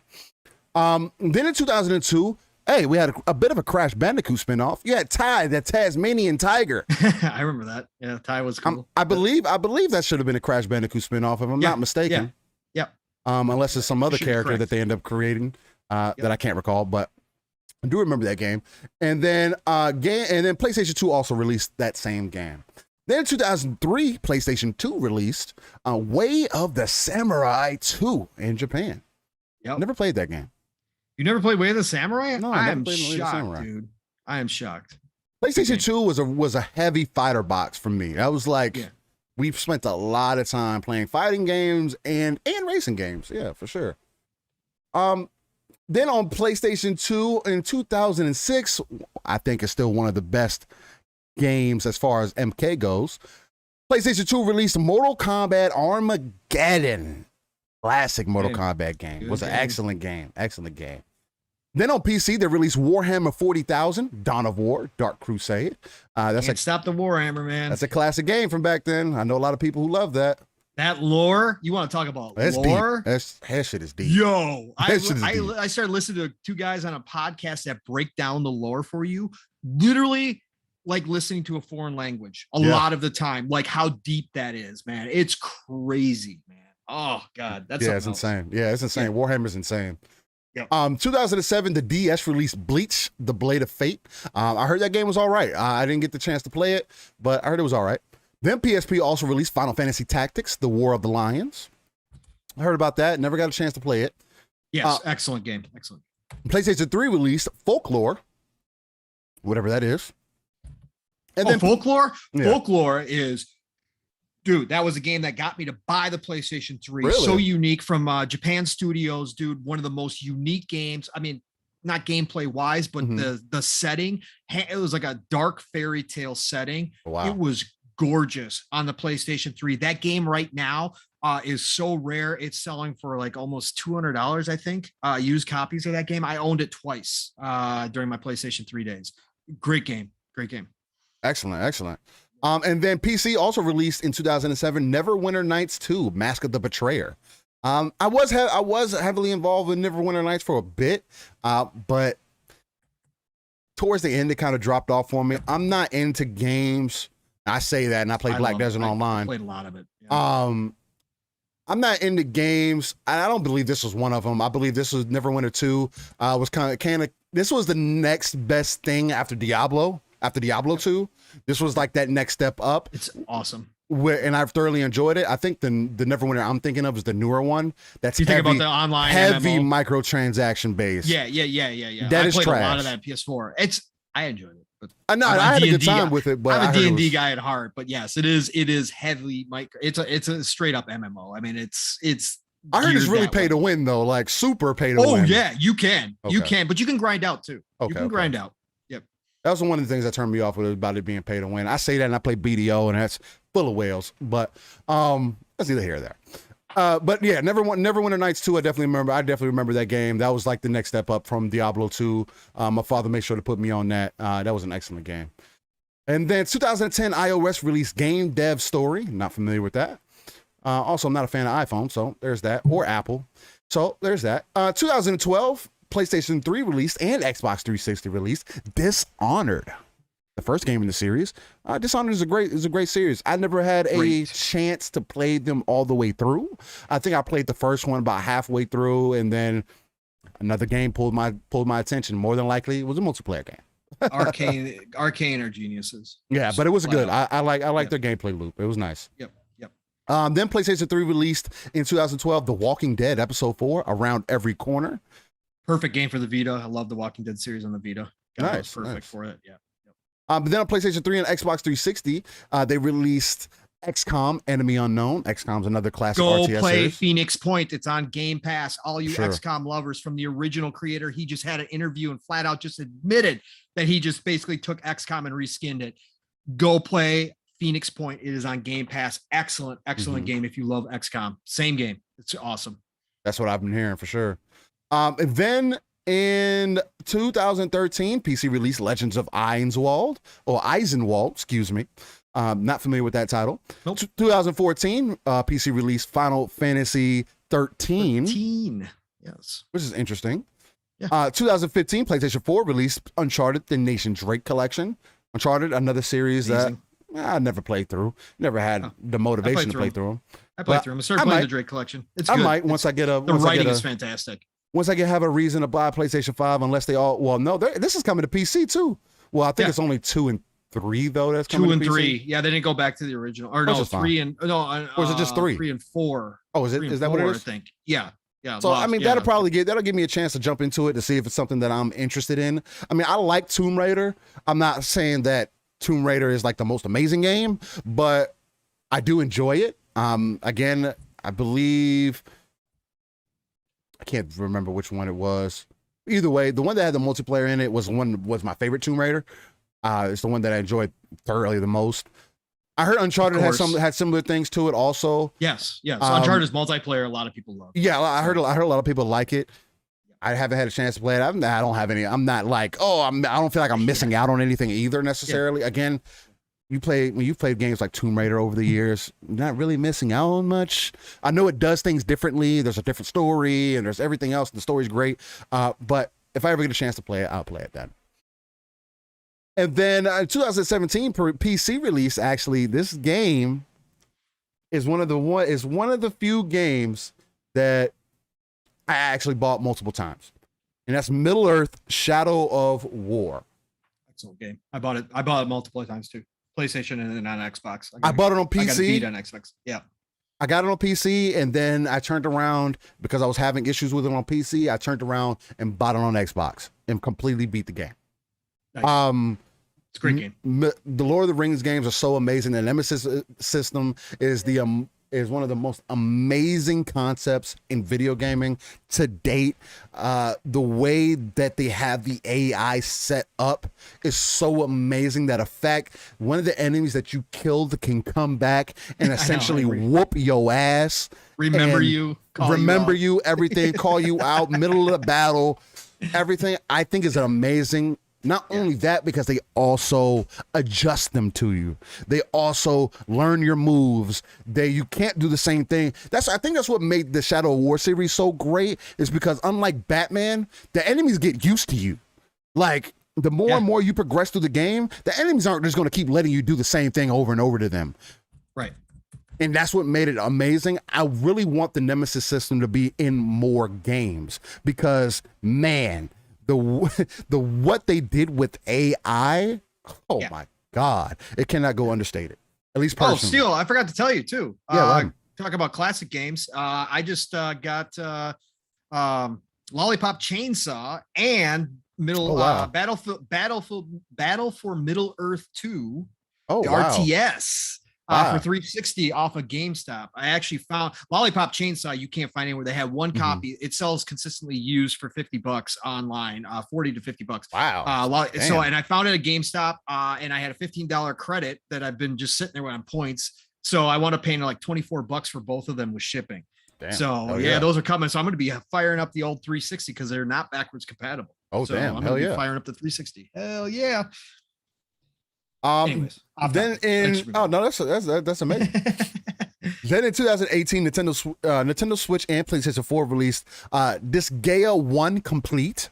I don't think I ever jumped into Disgaea. I've heard of it. I know people who love it so bad. So good, dude. So good.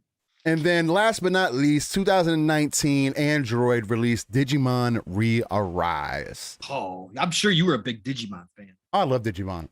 Digimon was an amazing thing to me. Are you being serious right now? See? Yeah, See, I do it. I love Digimon. This generation gap. Pokemon and then Digimon, it was amazing. Along with Monster Rancher, them fucking shows was amazing, man. I loved all that shit. With that being said, this is your This Day in Gaming segment where we bring games from at least 30 years in the past up to date, let you know where gaming has come from, and kind of just give you some semblance of where we're at now, man. I feel like it's important to always look back on your history and just appreciate what you have now, because, man, you think about some of those games from back then, especially 30 years ago, to where we're at now, especially with this game like Hot Wheels, just as an example, dude, I don't understand how we as gamers can't be more grateful, right? I don't understand why we have to turn this thing into a whole, let's war with each other over it and everything, but that's neither here or there. We talked about that in the middle of the show, and we'll talk about that always week by week, because I feel like that's what adds that passion to the show, what adds the energy to the show, what adds the realism to the show. Not only that, I do feel it's what me and Pong personally bring as a duo, as a dynamic to just the gaming entertainment space, to the podcasting space, and overall. So with that being said, just to do some outros really quickly, I'll start with my outros. I still reign, I everywhere. The T is a 7. You can type it in any search bar. You'll more than likely find me. Main places I do roam through are Twitter, Xbox, PC, and PlayStation whenever they end up giving me a reason to invest. For example, where the fuck is Factions? But other than that, I'll continuously beat that drum. But other than that, hit me up in the DMs. Let's get together. Let's chop it up. Let's have conversation, man. I'm all for that. With that being said, Pong, we're episode 28 is down in the books. 28 weeks doing this, man. It's an amazing thing. I believe we've only skipped 1 week due to personal things. And another amazing thing, we're in here week by week basis. Again, we love y'all, man. We love the community. We love the gaming space. We love everything that is going on within the industry right now. That is the main reason why we went behind the scenes, got together, and why we pride ourselves on organic nature. Because again, me and Pong wish we could plan these shows better for you guys. We wish we could have long drawn out plans and everything. Now, could the show still end up being 6 hours long? Probably. Oh, hell yeah, I could. or you know what I mean? Or maybe we could do more shows and spread them out throughout the week. You know what I mean? I would love to do that, where we do like a midweek show and then a weekend show. That would be amazing. But as of right now, the Saturday thing is the best thing for us. We're knocking it out the park, I personally feel like. And where else can you get that organic, energetic, live, raw, and uncut nature that you can only find on the Living Split Screen, man? With Pong and Steel. This is where you get that. You can find it on Pornhub. You could find it on Pornhub. I mean, true. I mean, whatever porn site that you're interested in, I mean, hey, if you could find your happiness there, then hey, you do your thing, man. With that being said, Paul, let's pass it off to you. The man who puts the soul into the rain. What's going on, man? Yo, like you said, 28, episode 28 in the books, brother. This has been absolutely incredible, man. Look, everybody, chat, so many, all of you. Good gamers, good people in this community hanging out with us each and every Saturday. I love you all. Yeah. Always respect for you coming out here and giving us your time, the same that we give you our time. Mm-hmm. Look, this is special. This is special, guys. We're on the march to 400, on the march to 1,000, on the march to 10,000, on the march to 100,000, on the march to 1 million and more. 100%. That's where Steel and I would love to be someday. Like Steel said, we could sit here and do this. Literally, if I got paid, I would do a daily show with Steel. 4 to 6 hours, easy, every single day, talking about gaming industry and gaming news. Mm-hmm. Love this. Thank you all for enjoying it with us. We hope to bring you something unique each and every week. Our perspectives, I think, are unique. We don't say the same stuff everybody does. We come off differently, and even from each other, we bring it in a different way. So guess what? That's what we're here to do. Love you all. Thank you for coming out and spending your time with us. Look, you can find me Pong Soul everywhere. You know the drill. Xbox, Twitter, find me there. Tonight, the Shop Podcast, PTK, Blam, Centurion, Fuzzy Belvedere, myself, and I think tonight, who is PTK comes up with a great guest. Fame. Fame is going to be on tonight. Great member of the community. I've got so many shows to watch. I've watched their show, Level 1. Is it right, Steve? Yeah. Level 1? Mm-hmm. Yeah, Level 1. I've watched the show a few times. Love what they do over there. There's so many shows to watch, man. It's crazy, but he is a good dude, rising star in the community, as Boom likes to say, for sure. Does it right. So we're going to have him on as a guest tonight. So come by, check us out, 9 p.m. Eastern, 8 o'clock Central Time. We'll end your Saturday night right. Just have us on in the background like you always do. I know you guys are going to be gaming, partying, whatever the case may be. Man, just have us on. PTK runs a great show. So check us out there at the shop. Otherwise, next Tuesday, Xbox Factor Podcast, Mr. Boomstick over on Double Barrel Gaming. You know him. Come check us out there, because now the Tuesday show, Boom is no longer doing 2 Xbox Factor podcasts. He used to do a Tuesday and Thursday. He's cut it down just to Tuesday only because he wants to game, and I understand completely. So, but he has put together a Hall of Fame panel over there. So Tuesdays, we've got Boom, we've got Zemi, we've got 3-Bit coming back this week. We've got Mav now as a full-time show host or panel member.